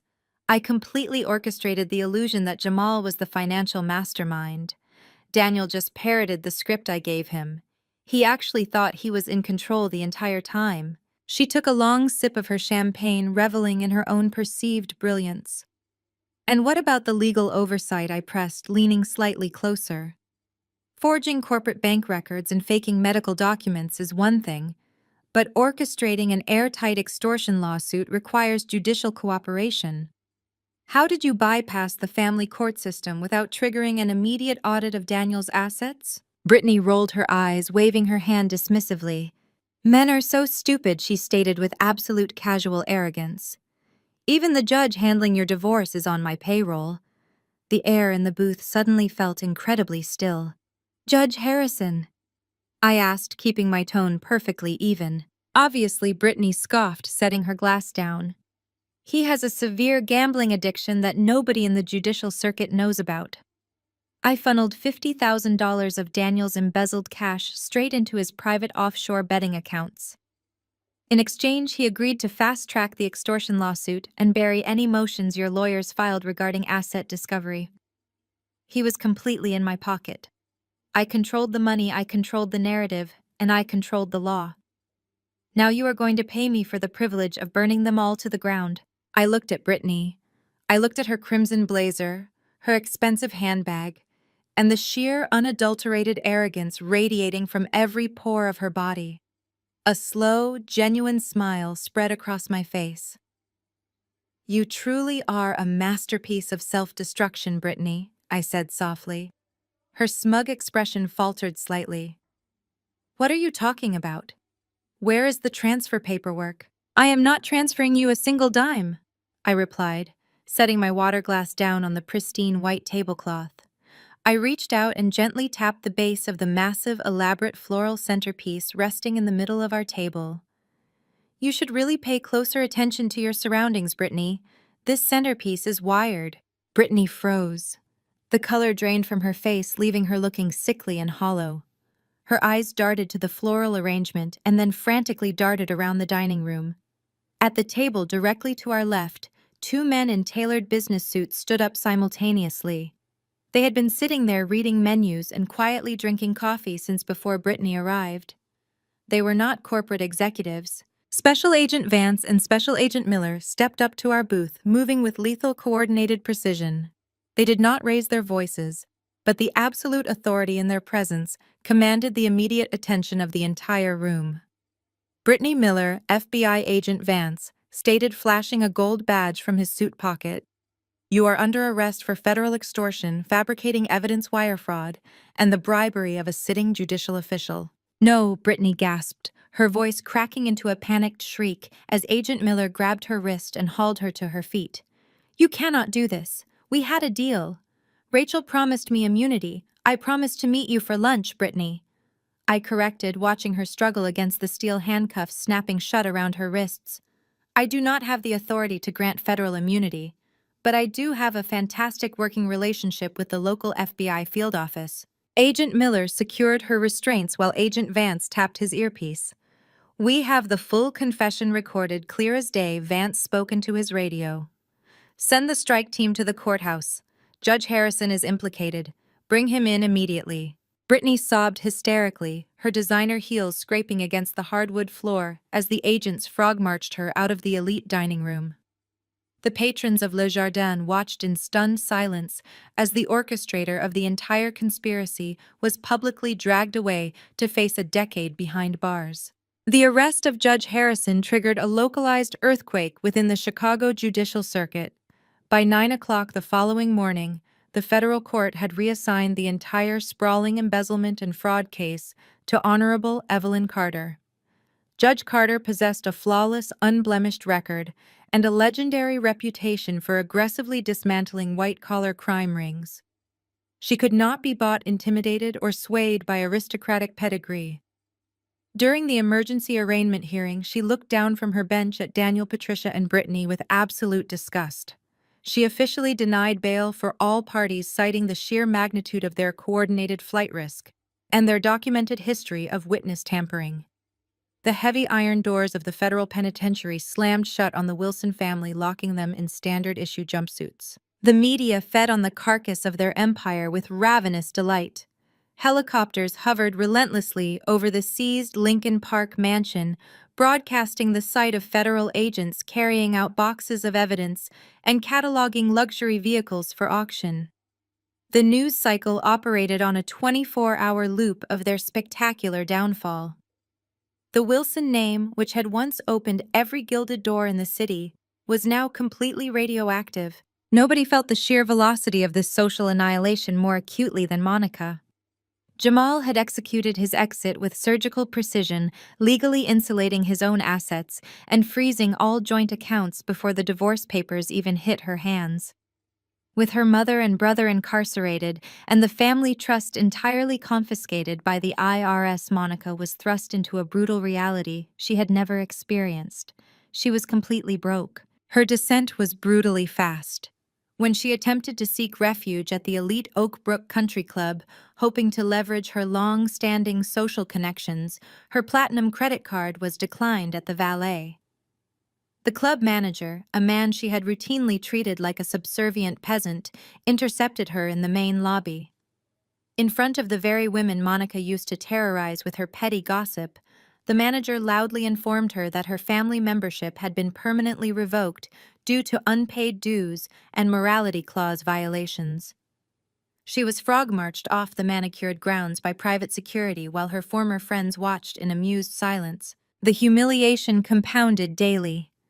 The boutique public relations firm, where she held a token executive position, terminated her contract immediately, citing brand contamination. Her landlord changed the locks on her temporary luxury apartment when the rent check bounced, leaving her standing on the sidewalk with a single suitcase. She spent 2 nights sleeping in the back of her car, shivering in the damp Chicago cold, realizing that high society loyalty expired the exact second the money ran out. She had no allies left.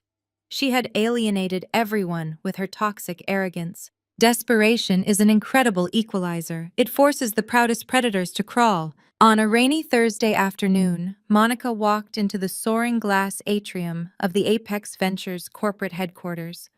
She looked entirely unrecognizable.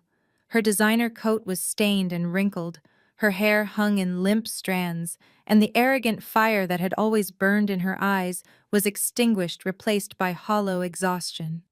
The security guards immediately moved to intercept her, but I was watching the lobby feed from my desk. I pressed the intercom and instructed them to send her up to the executive suite. When the elevator doors parted, Monica stepped onto the top floor with trembling legs. She walked slowly toward my desk, gripping the strap of her purse like a lifeline. I did not stand. I remained seated, leaning back in my chair, observing the physical manifestation of karma, standing on my custom-woven carpet. "Rachel," she rasped, her voice cracking.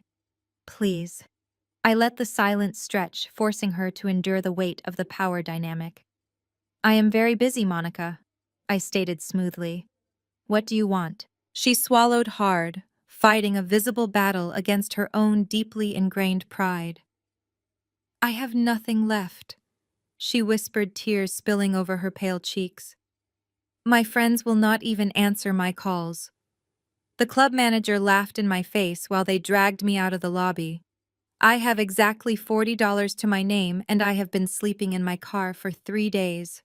No one in this city will hire me because of my last name. Please, Rachel.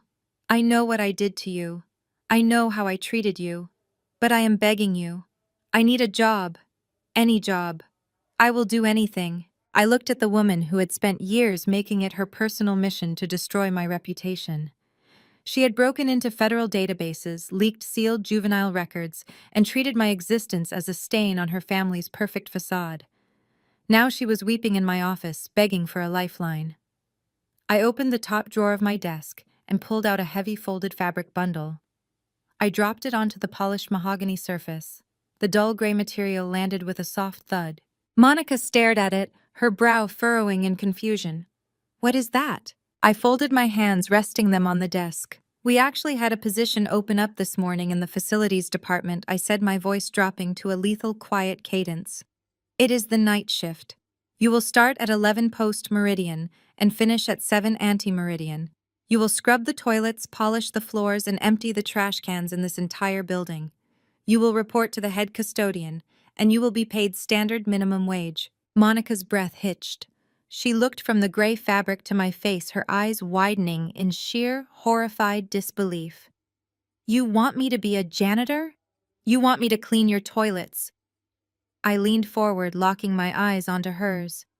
"You broke into a federal database to expose my foster records because you believed I was trash, Monica. I am giving you the opportunity to actually clean up the trash. That is a standard issue Apex Ventures custodial uniform." I pointed to the bundle on the desk. "Take it or leave it." The silence in the office was deafening. Monica stared at the gray uniform, her chest heaving as the final remnants of her aristocratic ego waged war against the brutal reality of her starvation. Her hands shook violently. She thought of her cold car. She thought of the country club women laughing at her. She thought of the absolute void of her future. Slowly, Monica reached out her trembling fingers, brushing the rough cotton fabric. She picked up the uniform, clutching it to her chest like a shield. She lowered her head, the fight entirely drained from her body. She was officially defeated. I buzzed security to escort my new night shift custodian to human resources for her mandatory onboarding. Watching Monica clutch that coarse gray fabric as the guards guided her toward the service elevator offered a profound sense of closure. She had spent her entire life stepping on the necks of the working class, and now she would spend her nights scrubbing their footprints off my marble floors. But I did not linger on the irony. My calendar was meticulously scheduled, and I had a final legal execution to attend across town. The atmosphere inside the federal family courthouse was suffocatingly sterile. Judge Evelyn Carter sat behind the heavy mahogany bench, her expression carved from granite. She had no patience for the aristocratic theatrics the Wilson family usually deployed to manipulate the justice system. Daniel sat at the respondent's table, a hollowed-out, twitching shadow of the arrogant real estate mogul I had mistakenly married. He wore a cheap, oversized suit that hung loosely from his deteriorating frame, and the bulky black plastic of his court-mandated GPS ankle monitor bulged visibly beneath his trousers. The proceedings were brutal and flawlessly efficient. Because Jamal had handed me the complete, unredacted crypto ledgers, every single financial account Daniel possessed was permanently frozen by federal authorities. The intricate web of shell companies and offshore trusts he had built to hide his wealth had been completely dismantled. Judge Carter did not just divide our marital assets, she effectively vaporized his. Every property, every luxury vehicle, and every investment portfolio Daniel had claimed as his own was legally reclassified as the proceeds of federal securities fraud. They were seized to pay massive restitution to the venture capitalists he had brazenly embezzled from. Daniel sat paralyzed, his jaw clenched so tightly I could hear his teeth grinding together as the judge methodically stripped away his entire net worth. Then Judge Carter looked down at her docket, adjusting her reading glasses. She turned her stern gaze toward me.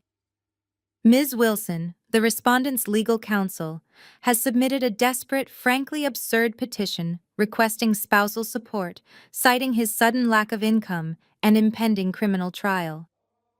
Given your exceptional net worth and the dissolution of the marital estate, do you wish to counterpetition for damages? I stood up, smoothing the front of my tailored blazer. I looked directly at Daniel, holding his bloodshot, terrified eyes. I don't need his pennies, Your Honor. I stated, my voice echoing clearly through the silent courtroom. I do not want a single cent of his fraudulent money, and I certainly will not be funding his criminal defense. I just want him gone. Judge Carter nodded with grim approval. She struck her gavel with a resounding crack. Spousal support is entirely denied. The respondent is ordered to pay $30 million in immediate restitution. This divorce is finalized. Daniel collapsed forward, burying his face in his trembling hands. He was officially a divorced, bankrupt felon awaiting a federal trial that carried a mandatory minimum of 15 years. While Daniel was being stripped of his marital assets, the final remnants of Patricia's fraudulent empire were simultaneously crumbling. After the IRS seized the sprawling Lincoln Park estate, Patricia had managed to manipulate an old country club acquaintance into co-signing a lease on a luxury high-rise penthouse in the Gold Coast. She had desperately tried to maintain the illusion of high society relevance, sipping imported wine on a balcony she could no longer afford. But loyalty among the Chicago elite evaporates the moment federal indictments are unsealed. When the news broke that Patricia had attempted to orchestrate a fabricated confession and was formally charged with obstruction of justice, her wealthy acquaintance panicked.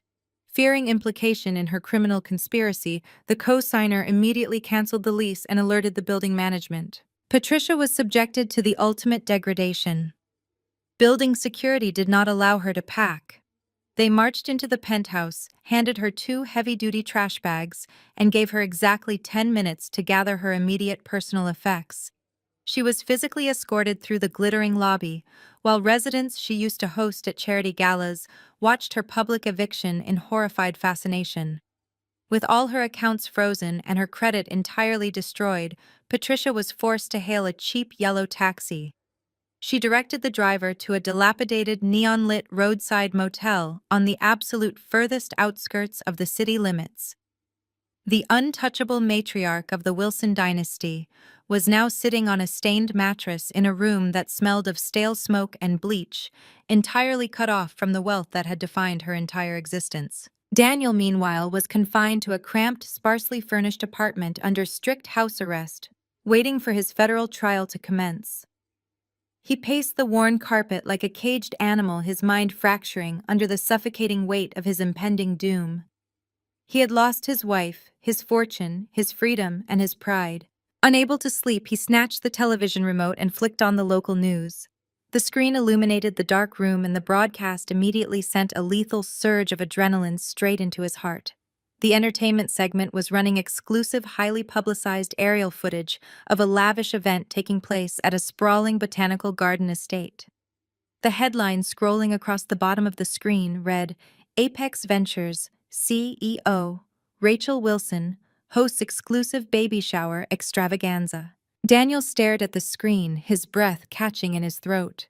He watched footage of me smiling, surrounded by elite guests and towering floral arrangements, my hand resting gently on my noticeably rounded stomach. The child I was carrying, the undisputed heir to my multi-million-dollar pharmaceutical patent and my corporate empire, represented the ultimate continuation of my legacy. A legacy built entirely on the ashes of his own. In his fractured, paranoid mind, that unborn child was the absolute symbol of his total ruin. He convinced himself that I had orchestrated his destruction solely to secure a flawless, wealthy future for my new family. The thought of my child inheriting the world while he spent the next 15 years rotting in a concrete federal cell pushed Daniel past the point of rational thought. He let out a guttural, terrifying scream. He dropped the remote and lunged toward his toolbox in the corner of the room. He bypassed the screwdrivers and grabbed a heavy industrial pair of steel garden shears. He sat heavily on the floor, shoved the thick blade beneath the thick plastic band of his GPS ankle monitor, and squeezed the handles with all his remaining strength. The thick plastic snapped, the internal copper wire severed. Instantly, a piercing, high-pitched alarm began shrieking from the base unit in his kitchen, automatically alerting federal authorities that a high-risk suspect had broken his perimeter. Daniel did not care. He kicked the severed monitor across the room, grabbed his car keys off the counter, and sprinted out the door. His eyes were wide, vacant, and completely unhinged. The police were already on their way to his apartment, but he knew he had a 20-minute head start. He revved his engine and tore out of the parking lot, heading straight for the botanical gardens. The tires of Daniel's car screeched violently against the wet asphalt as he swerved into the rear service lane of the Chicago Botanical Gardens. He slammed the transmission into park, leaving the engine running and the driver's side door hanging wide open. The heavy steel shears felt cold and grounding against his sweating palm as he tucked them tightly into the waistband of his trousers.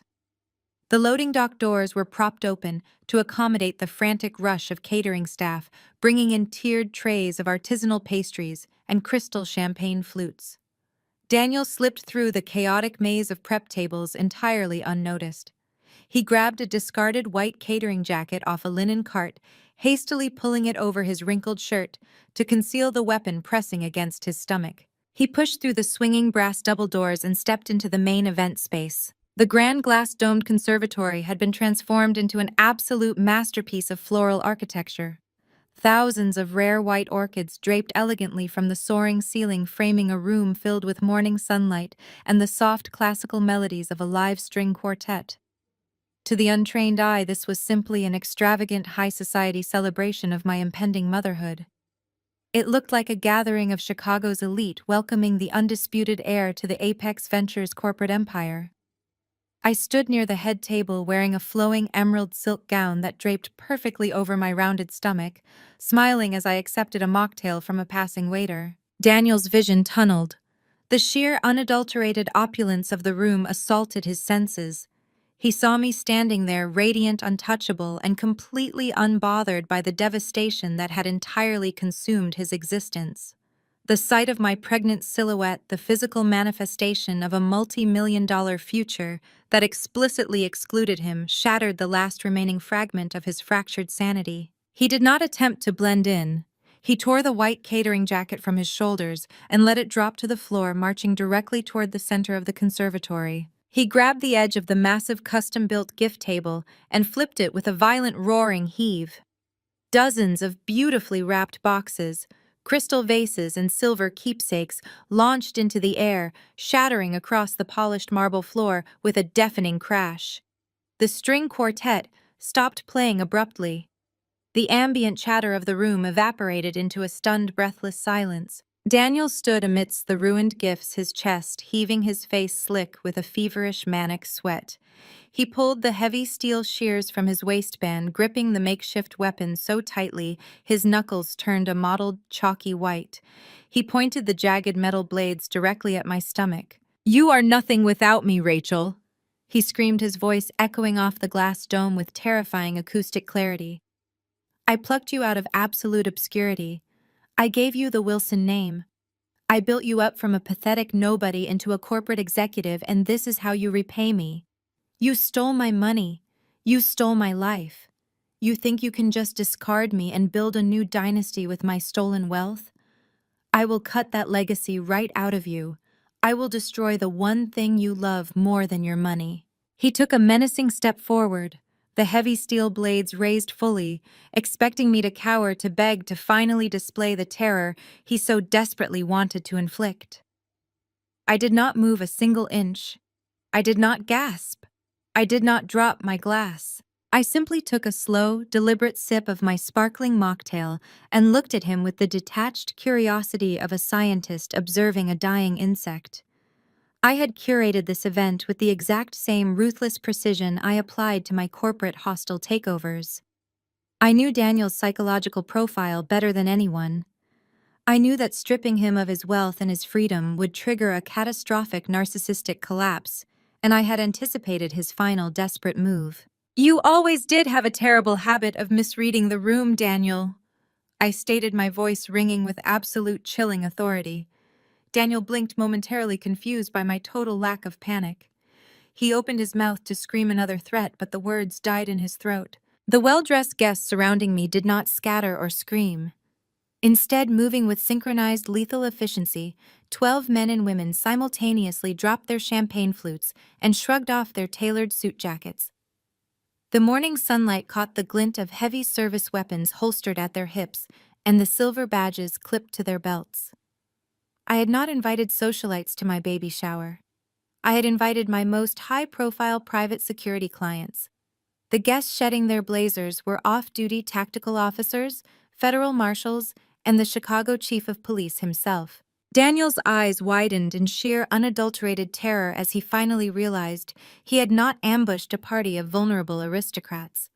He had walked directly into a room filled with heavily armed law enforcement. Chief Mitchell stepped forward, his hand resting casually on the grip of his service weapon. "Drop the weapon," Wilson the chief ordered, his voice a low, gravelly command that brooked no negotiation. "You have exactly 3 seconds before we open fire." Daniel's bravado evaporated instantly. The heavy steel shears slipped from his trembling hands, clattering loudly against the marble floor. Before the metal even settled, 6 officers lunged forward. They hit Daniel with the force of a freight train, tackling him brutally to the ground. His face slammed into the marble, crushing the breath from his lungs as heavy knees pinned his spine and arms. The sharp metallic ratcheting of handcuffs echoed through the conservatory. I stood perfectly still, watching him writhe helplessly under the boots of the police officers, a pathetic, broken man who had finally engineered his own total destruction. The officers hauled Daniel to his feet, hauling his arms painfully behind his back. He thrashed against their grips, screaming incoherently as they dragged him out of the shattered conservatory and shoved him into the back of an armored police cruiser. I calmly instructed the catering manager to sweep up the broken glass and pour a fresh round of sparkling cider. We had a celebration to finish. 6 months later, that same unshakable calm settled over me as I sat in the polished oak gallery of the federal courthouse. The criminal trial had been a spectacular media circus, a grueling multi-week public dissection of the Wilson family's absolute moral bankruptcy. Today was the grand finale. The sentencing hearing. Judge Evelyn Carter sat high upon the mahogany bench, staring down at the three defendants with a gaze that could freeze boiling water. At the defense tables sat Daniel, Patricia, and Brittany. They looked nothing like the untouchable elite who had once made my life a living nightmare. Stripped of their designer suits, their Botox treatments, and their arrogant swagger, they looked exactly like what they were: cornered, desperate criminals. The federal prosecutor had just delivered a devastating closing statement recommending maximum consecutive sentences for all three conspirators. Judge Carter folded her hands and leaned forward, offering the defendants one final opportunity to address the court before she handed down her ruling. That was when the bloodbath truly began. Patricia practically leaped out of her chair, shoving her expensive defense attorney aside. Her hair was completely gray at the roots, her face gaunt and deeply lined with terror. She did not ask the judge for mercy. Instead, she turned and pointed a trembling, bony finger directly at her own son. "It was him!" Patricia shrieked, her voice echoing off the vaulted ceiling. "Daniel forced me to do it. Your Honor, I am just a mother, a terrified, grieving mother who was manipulated by a sociopath. He orchestrated the entire embezzlement scheme. He forced me to bring that fabricated confession to Rachel. He threatened to cut me off to leave me to starve if I did not help him frame Jamal. He used my love against me. I am a victim of his greed." Daniel's head snapped toward his mother, his jaw dropping in sheer disbelief. The last fragile thread of his sanity snapped entirely. He lunged against the heavy oak table, his handcuffs rattling violently against the wood as federal marshals instantly moved to restrain him. "You lying parasite!" Daniel roared, spit flying from his lips. "You calculated every single move. You sat in that penthouse and planned exactly how to destroy Rachel to protect your precious country club status." Daniel then whipped his head around, glaring at Brittany, who was shrinking into her chair at the adjacent table. And her Daniel screamed, straining against the marshals gripping his shoulders. "She is the mastermind. She faked the pregnancy with stolen ultrasound photos. She hacked the corporate ledgers. She is the one who bribed Judge Harrison with offshore accounts to fast-track the extortion lawsuit. I was grieving a divorce. I was vulnerable. Brittany manipulated my fragile emotional state to steal my money." Brittany shot to her feet, her chair crashing backward onto the floor. "You pathetic, weak coward!" Brittany shrieked, her voice piercing the heavy courtroom air. "You knew exactly what we were doing. You handed me the bank routing numbers. You laughed when we framed Jamal. You begged me to help you destroy Rachel because your fragile male ego could not handle the fact that she was 10 times the executive you would ever be. You are a completely incompetent fraud, Daniel. You could not even execute a simple baby shower ambush without getting tackled by the police." I sat perfectly still in the gallery, resting my hands gently on the swell of my heavily pregnant stomach. A profound clinical serenity washed over me. I watched the family that had once tortured me completely tear themselves to pieces. I remembered the Sunday dinners where they would sit around antique dining tables presenting a flawless, united front, systematically dissecting my clothing, my background, and my worth. They had demanded absolute perfection and enforced their superiority with cruel, calculated precision. Now stripped of their stolen wealth and their social armor, they had instantly devolved into ravenous animals, cannibalizing each other for scraps of judicial mercy. There was no loyalty. There was no family legacy. There was only raw, pathetic cowardice. "Order!" Judge Carter bellowed, slamming her heavy wooden gavel against the sounding block with the force of a gunshot. "Order in my courtroom immediately, or I will hold you all in contempt before I lock you away." The federal marshals shoved Daniel and Brittany back into their seats. Patricia collapsed into her chair, sobbing loudly into her hands.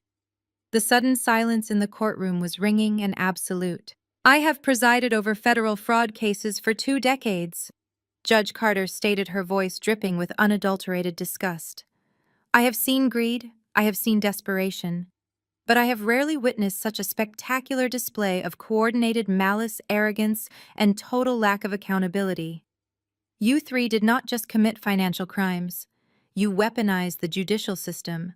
You bribed a sitting judge. You attempted to destroy the lives and careers of innocent people simply to insulate your own extravagant lifestyles. And now, when faced with the consequences of your own hubris, you turn on your own flesh and blood with the exact same ruthless cruelty you inflicted on your victims. You are a disgrace to this city. Judge Carter adjusted her reading glasses, picking up the heavy stack of sentencing documents. Patricia Wilson for the crimes of conspiracy, wire fraud, and obstruction of justice. I sentence you to 10 years in federal prison without the possibility of early parole. Patricia let out a guttural wail, collapsing against the defense table. Brittany Evans for federal extortion, aggravated identity theft, and the bribery of a judicial official. I sentence you to 12 years in federal prison. Brittany squeezed her eyes shut, tears ruining her pale face as she slumped in her seat. Daniel Wilson. Judge Carter continued, her eyes locking onto him with lethal finality. For orchestrated securities, fraud, money laundering, and the armed assault of your former spouse, I sentence you to the absolute maximum penalty under federal guidelines. You will serve 15 consecutive years in a maximum security federal penitentiary. Daniel stared straight ahead, his face completely devoid of color, a hollow shell of a man realizing his life was officially over. This court is adjourned, Judge Carter declared. She slammed the gavel down one final time. The sharp crack echoed through the courtroom like a thunderclap sealing their permanent destruction. I smiled, feeling a wave of absolute total victory wash over my soul. I pushed my hands against the wooden pew, preparing to stand up and walk out of that courthouse into my new, beautiful life. As I shifted my weight, a sudden blinding agony ripped through my lower abdomen. The pain was so sharp and intense it stole the breath completely from my lungs. I gasped, gripping the edge of the wooden bench as a warm rush of fluid soaked entirely through the hem of my maternity dress, pooling onto the polished gallery floor. My water just broke. Jamal was at my side before the amniotic fluid even finished pooling on the polished mahogany floor. He did not panic or hesitate. He simply scooped me up effortlessly, his muscular frame carrying me past the stunned bailiffs and the horrified faces of the remaining gallery members. Behind us, I could hear the sharp metallic clinking of heavy chains as Daniel, Patricia, and Brittany were forcefully marched toward the holding cells, their screams of protest completely drowned out by the roaring blood in my ears. The contrast was almost poetic.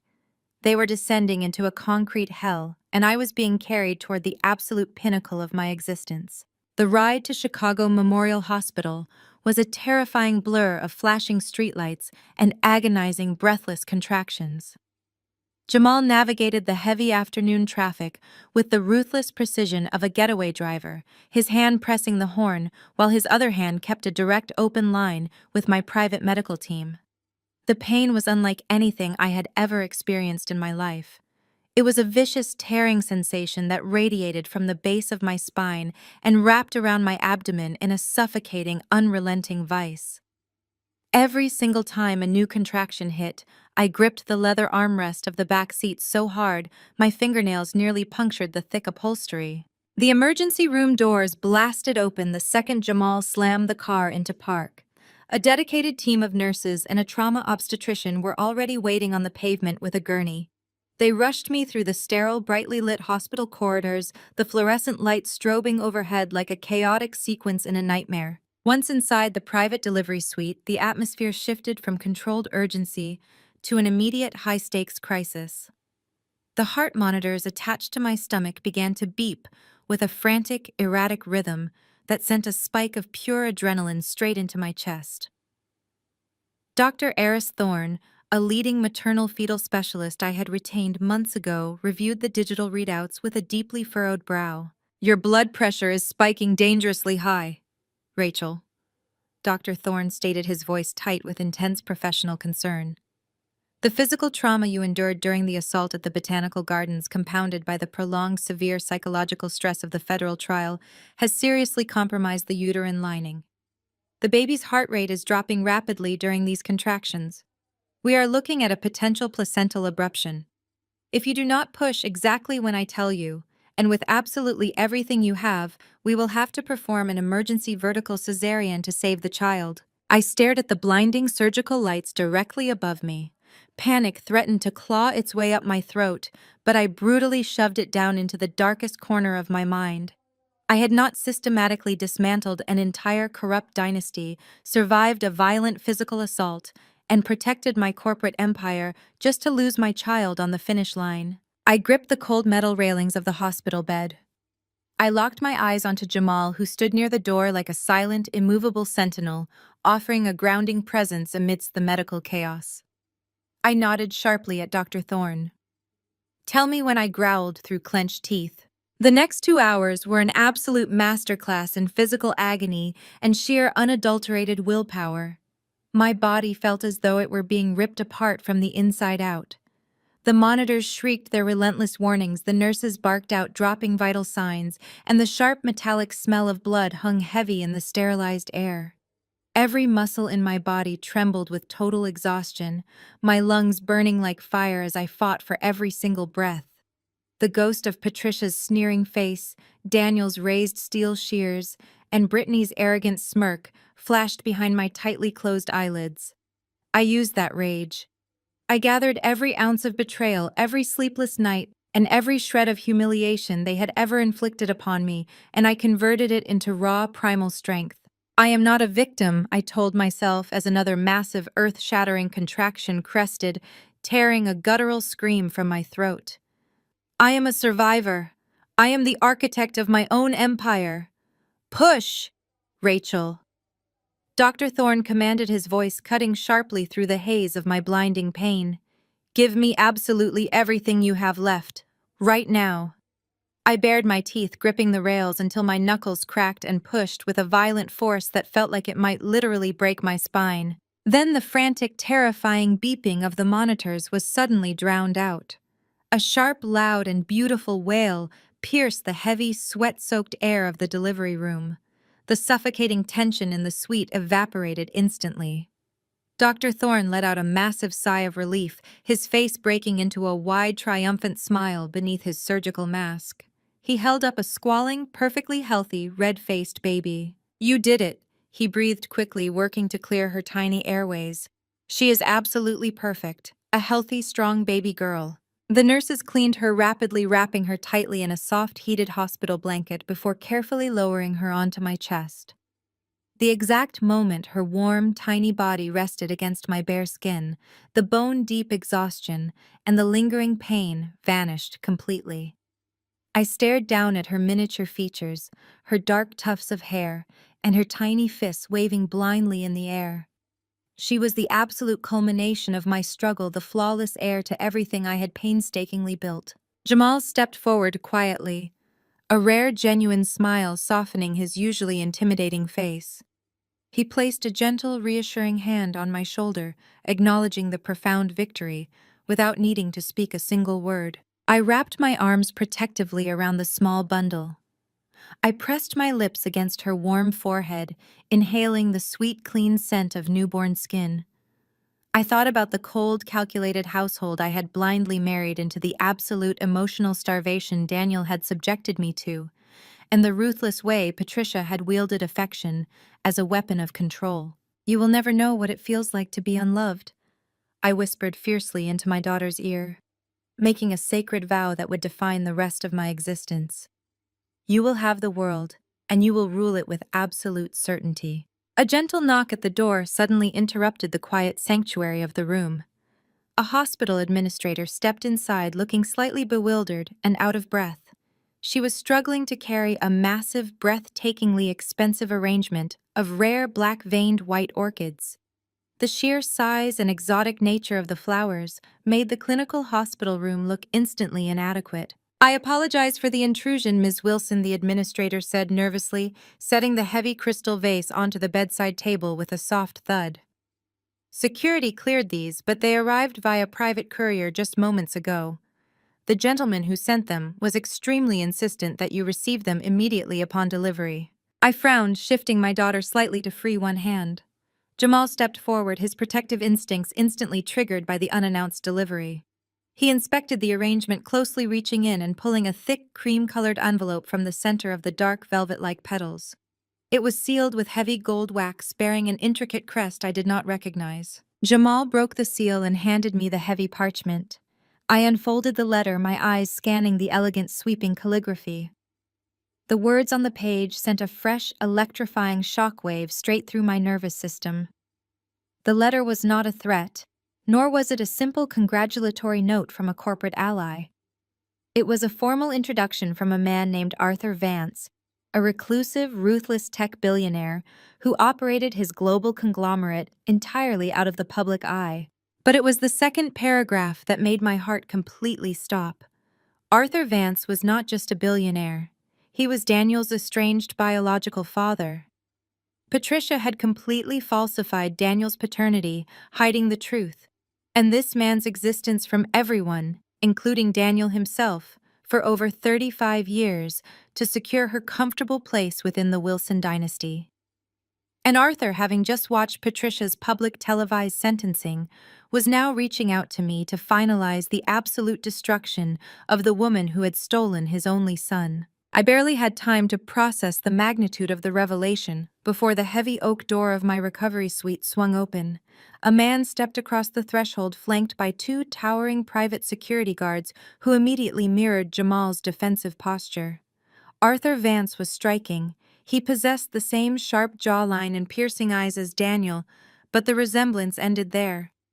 Where Daniel projected a hollow, unearned arrogance, Arthur radiated the cold, undeniable gravity of a self-made apex predator. He wore a bespoke charcoal suit that commanded the room, his silver hair perfectly coiffed, his expression unreadable. He dismissed his guards with a flick of his wrist. They stepped out, pulling the door shut. Arthur approached the foot of my hospital bed, his sharp gaze shifting from my exhausted face to the sleeping infant bundled against my chest. "You have my profound admiration," Rachel, Arthur stated, his voice a rich, resonant baritone that instantly commanded respect. "I watched every single minute of that federal trial. I watched you dismantle Patricia's pathetic house of cards with a level of ruthlessness that I frankly rarely see outside of my own boardrooms. I held my daughter closer, meeting his calculating gaze without a shred of intimidation. I simply removed a cancer from my life, Arthur. Your biological son and his mother made the fatal mistake of assuming I would quietly play the victim." Arthur let out a harsh, humorless laugh. "My biological son is a weak, sniveling coward." Watching Daniel weep on the witness stand, watching him blame everyone else for his spectacular failures, was the final confirmation I needed. Patricia hid my paternity from me 35 years ago. She manipulated a forged paternity test to trap the wealthy, gullible Wilson patriarch because my own fortune was tied up in overseas litigation at the time. She stole my heir, raised him to be a useless parasite, and attempted to build an empire on lies. I have waited decades to find the perfect instrument for my retribution. You, Rachel, provided it flawlessly." Arthur reached inside his tailored jacket and produced a thick stack of legal documents bound in a leather portfolio. He set them gently on the bedside table next to the rare orchids. "I have already instructed my legal team to formally and irrevocably disinherit Daniel." Arthur declared, his eyes flashing with vindictive satisfaction. "He will not receive a single penny of the Vance fortune. He will rot in his federal cell with absolutely nothing to his name.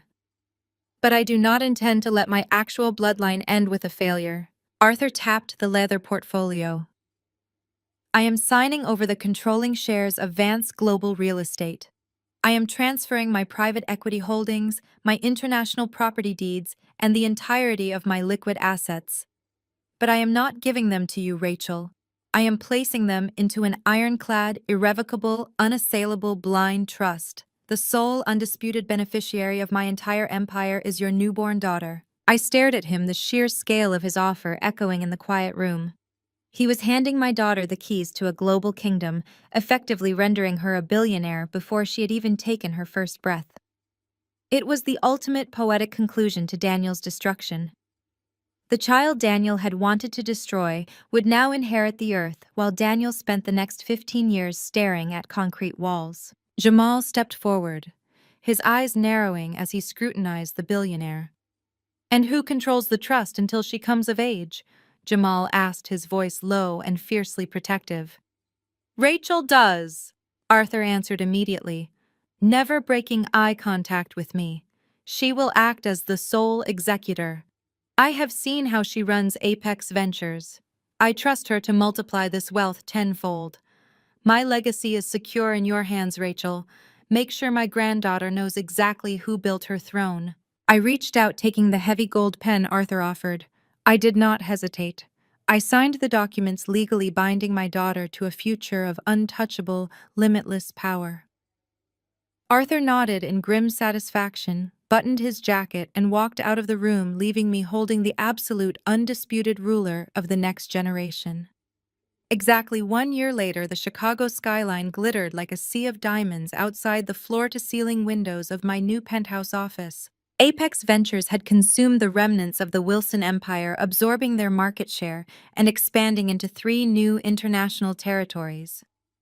I stood behind my massive obsidian desk, wearing a tailored crimson suit, holding a crystal glass of sparkling water.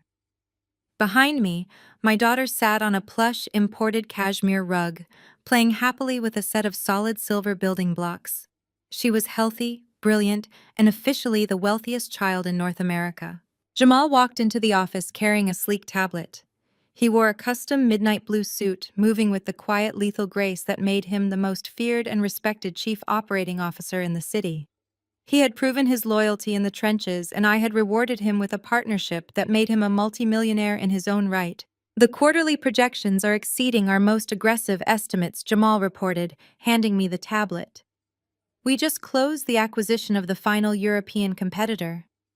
The board is thrilled. You have completely cornered the market. I reviewed the staggering numbers, a genuine, relaxed smile spreading across my face. Excellent work, Jamal. Cancel my afternoon meetings. I am taking the rest of the day to spend with my daughter. Jamal nodded, offering a warm smile to the toddler on the rug before turning to leave. Oh. He paused at the door, glancing back over his shoulder. You will be pleased to know I received an update from our federal contacts. Daniel attempted to file another desperate appeal this morning. The judge threw it out immediately. He has been transferred to the general population block. He is currently working in the prison laundry room, earning 13 cents an hour. And Patricia, I asked, taking a slow sip of my water. She has been repeatedly disciplined for starting fights with the other inmates over her perceived social status. Jamal chuckled darkly. They just revoked her commissary privileges for the next 6 months. She is eating standard prison loaf and sleeping on a thin cot. They are both exactly where they belong. I turned back to the massive glass window, looking down at the bustling, chaotic streets of the city far below. My security cameras offered a live feed of the grand lobby of my corporate headquarters. I tapped a button on my desk console, bringing the security footage up on my primary monitor. Down in the lobby, the evening cleaning crew was arriving for their shift. I zoomed the camera in on a woman wearing a coarse gray industrial uniform. She was hauling a heavy yellow mop bucket across the pristine marble floors, her shoulders slumped with profound, inescapable exhaustion. Monica, the woman who had once stood in a luxury boutique and sneered at my existence, who had mocked my background and flaunted her proximity to the Wilson wealth, was now scrubbing the mud off the floors of a building I owned. She paused to wipe the sweat from her forehead, completely oblivious to the fact that the billionaire CEO watching her from the penthouse was the very woman she had once tried to destroy. I set my glass down on the desk. I walked over to my daughter, scooping her up into my arms and resting her warm head against my shoulder. I had walked into the Wilson family as an outsider, completely underestimated and entirely targeted. They had tried to trap me, to humiliate me, and to bury me under their toxic generational wealth. They had tried to break my spirit in that elevator, expecting me to cower in the dark. I looked out over the glittering empire I had built from the ashes of their deceit. I pulled my daughter closer, kissing the crown of her head. I had not just survived the elevator, I had bought the entire building. The profound lesson from the journey is that true security and inner value are forged from within, not granted by the conditional approval of toxic people. For years she endured the hostile family and their calculated cruelty and endless deceit believing she had to survive their suffocating world. However, her ultimate victory was not just dismantling their fraudulent empire, but realizing her own inherent power.